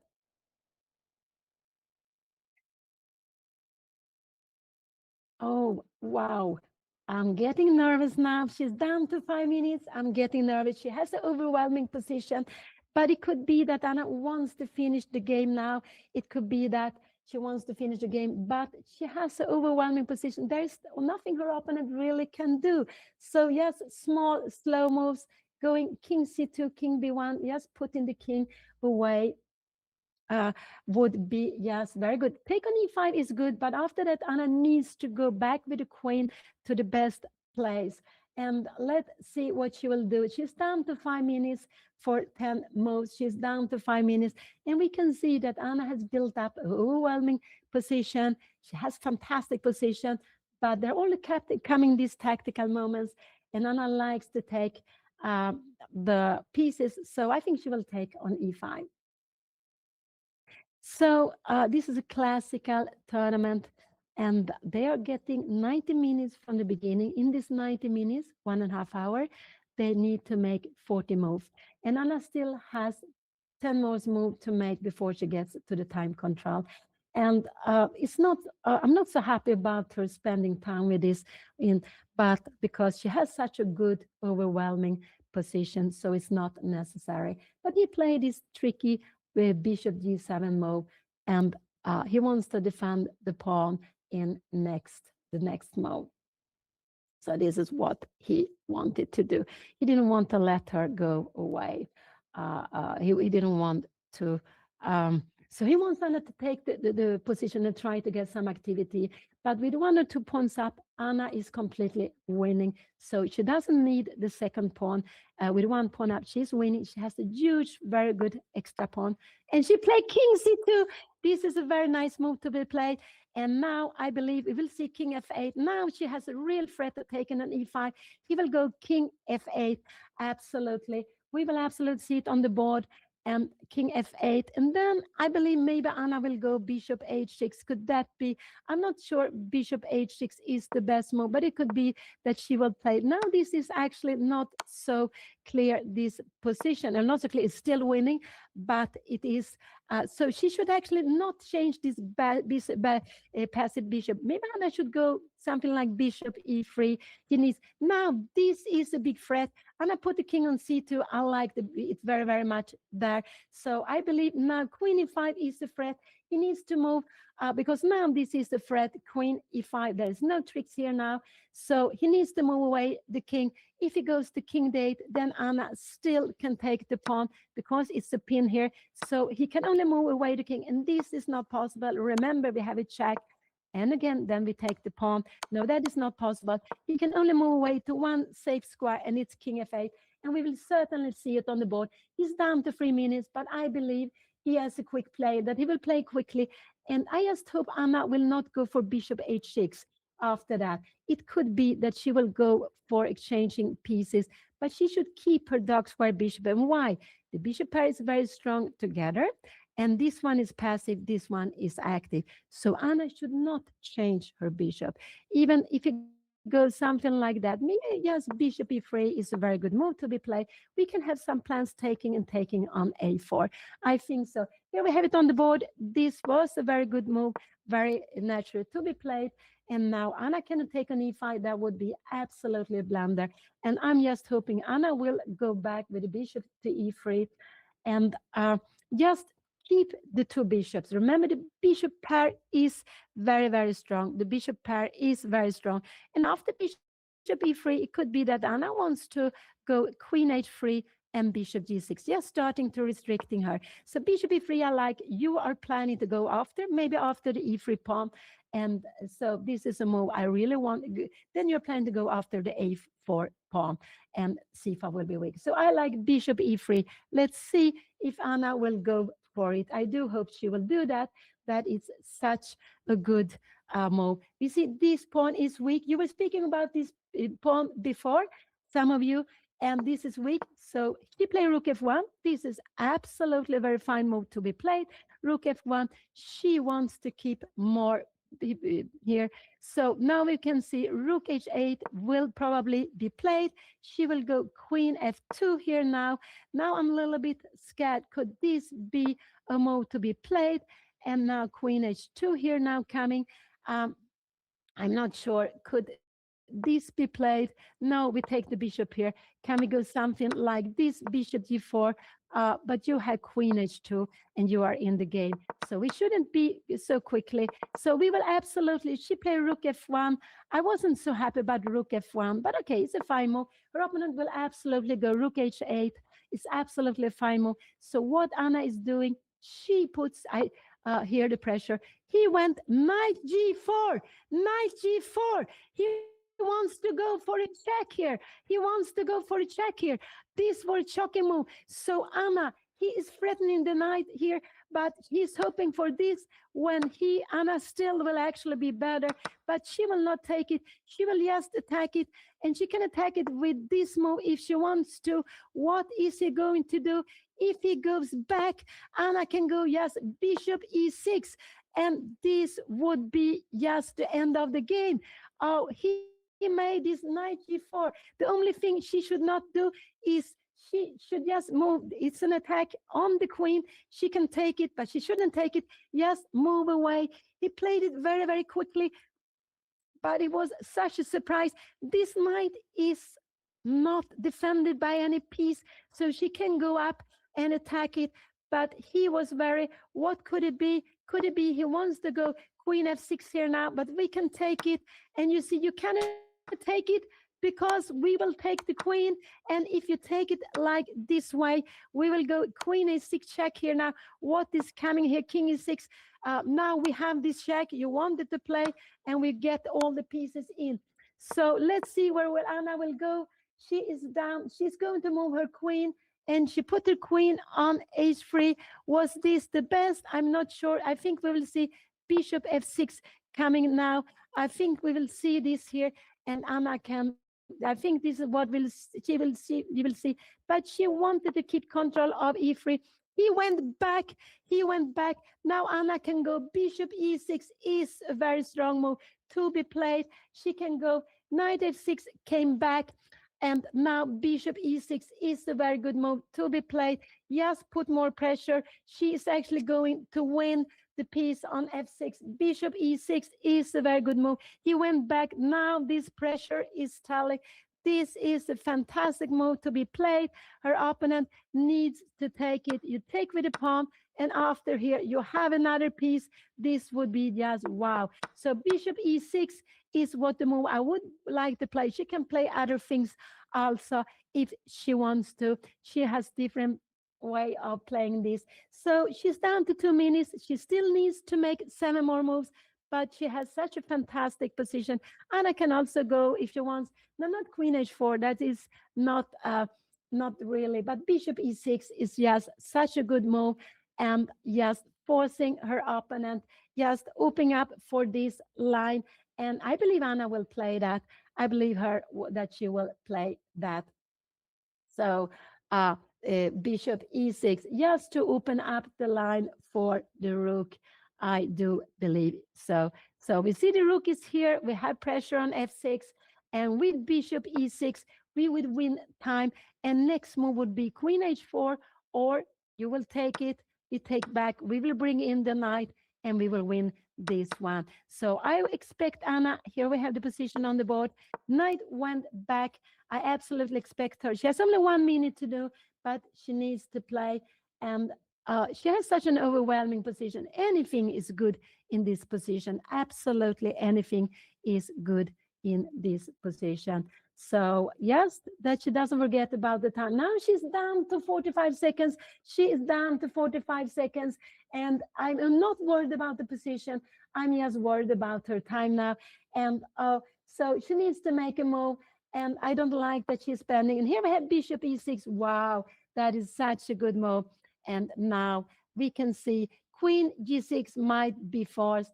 But if queen g6 is played, she can just take on f6. And then she take on a8. And she is just, so queen g6, I guess, is the forcing move. But she can go queen f5 if she wants to after that. That is absolutely also what I would have played. Queen d6, I like, you can go different ways. Anna took back, and after a move like queen g6, she can just, now we will see probably queen g6 on the board, but Anna can just take an f6, She took back quickly. She got some extra time. She down to 1 minute and 30 seconds, 5 more moves to make, but she has such an overwhelming position. We will see queen e6. I'm quite sure we will see this move on the board here now, and then she can just take on f6 and go knight d5. She can also go e7 check. She has so many good moves to be played in the position.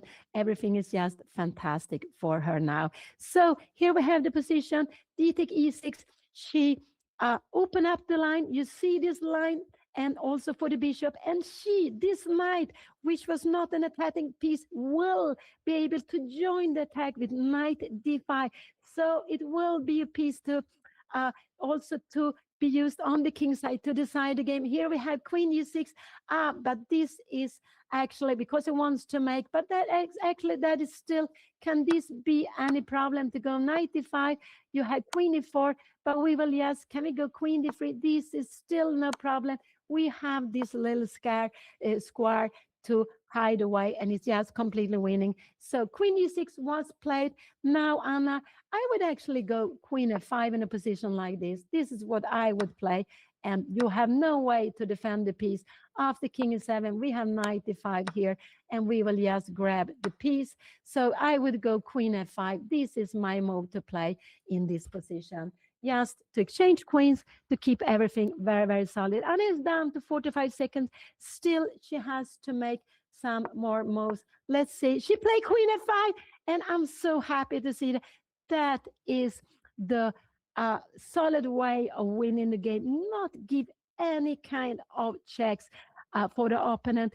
Take away the queen from the game without the queen and just go for this extra piece. It's just so winning for Anna. And I'm just so happy she played this very, very good move. There is just nothing her opponent really can do to save the game or to save the piece. I'm sure her opponent will keep on playing some more moves, absolutely. But Anna will win the knight on f6 because this knight comes in with such a force. She has one more piece to attack. She's attacking f6 with 1, 2, from behind 3 pieces, 1, 2, and 3. And if her opponent takes away 1, she attacks with 2, but she will have a third piece coming in. There are pins everywhere. So this is a fantastic position for Anna. And I was very happy he played this move, and just to give it check.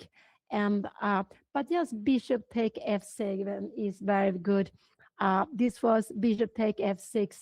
Not taking, she can also, everything is, I think we will see bishop take f6. Here we have it on board. Our opponent can give one check, but we can just go in here between, and there is just nothing her opponent really can do here.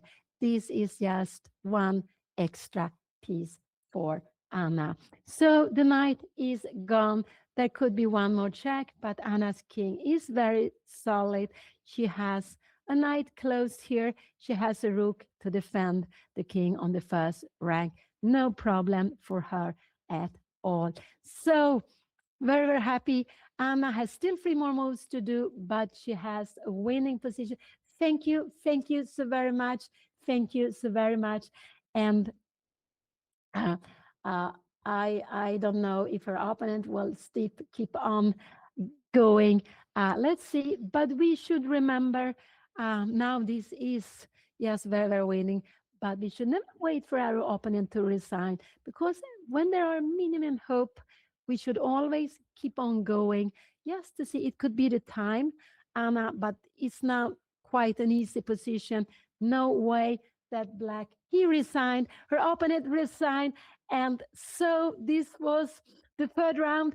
Anna is now up to on 2 points out of 3 when the third round in RILTON up to 2,200. The second group in the big RILTON Chess Festival is being played on. So Anna, she won the first round with the white pieces. The second round, she unfortunately lost yesterday, but today she struck back, and she won a very nice game, keeping control.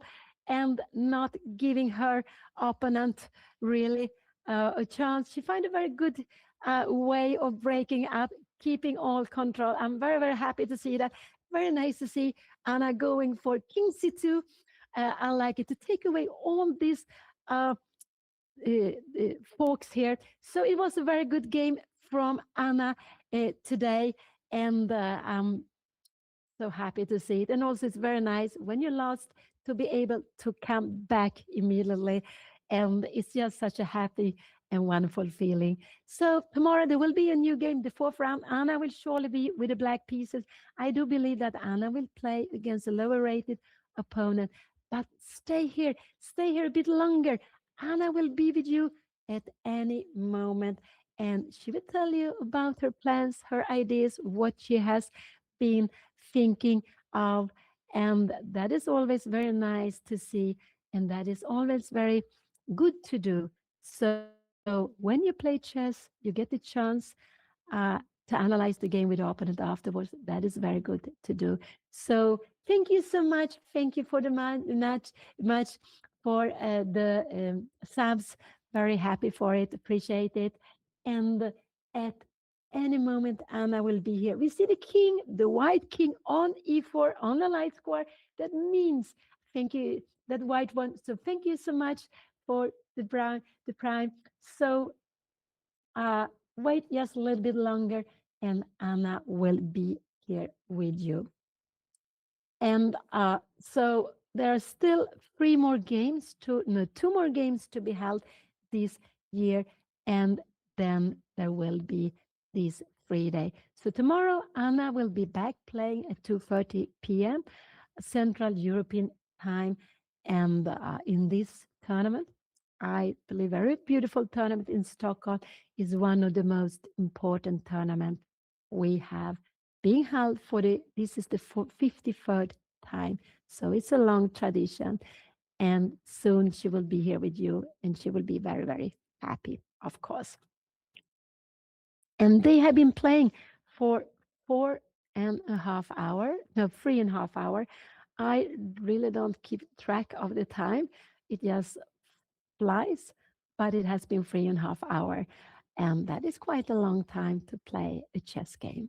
It is. So thank you so much, everyone, for watching. And I just, as I said, I do hope you will stay a little bit longer and also that you will be back tomorrow when Anna will play the fourth round, surely with the black pieces. If you look at the rating, I would say that Anna probably is close of her making a poor performance of her own rating. Anna's rating 2046. Maybe she's losing some few points, but it's close to her own rating with 2 points out of 3. And as I said tomorrow, she will surely be black. The pairing system is like that, but she will um, she will surely be black tomorrow.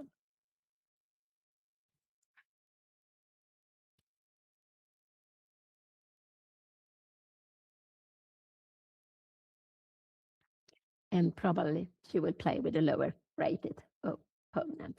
So no draws, and that it was we could see in this tournament that most of the games are not draws, utan there are decisive games. So I think Anna will be with you here now. So thank you so much.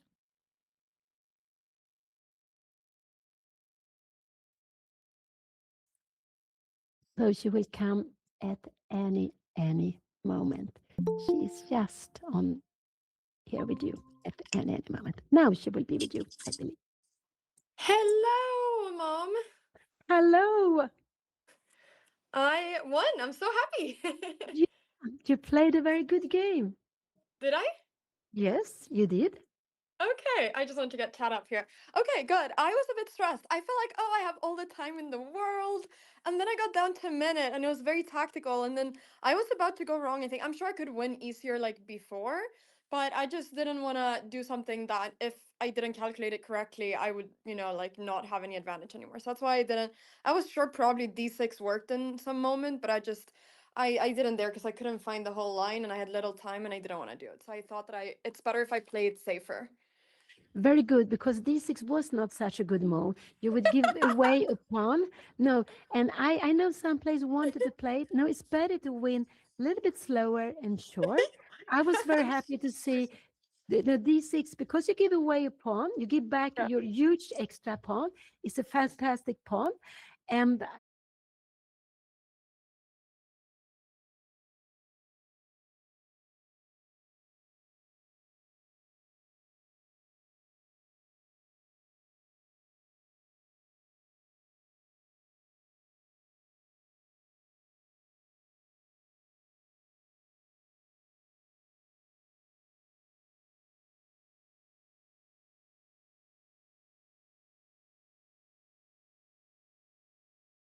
Choose with Discord, it seems. Oh, do you see me?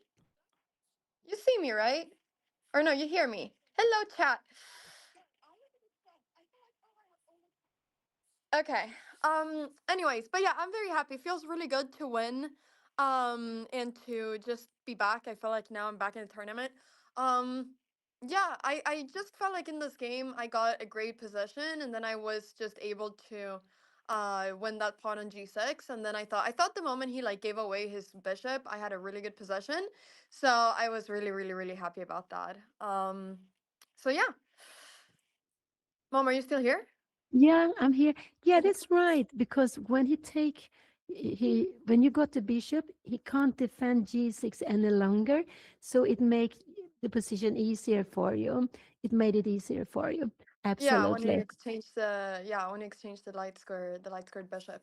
Yeah. Okay, But but anyway, mom, yeah, yeah. But anyway, had a very, very nice position there. Very, very nice. yeah, amazing. Oh wait, maybe chat can see me now. Okay, that's good. But yeah, no, so I'm very happy about that.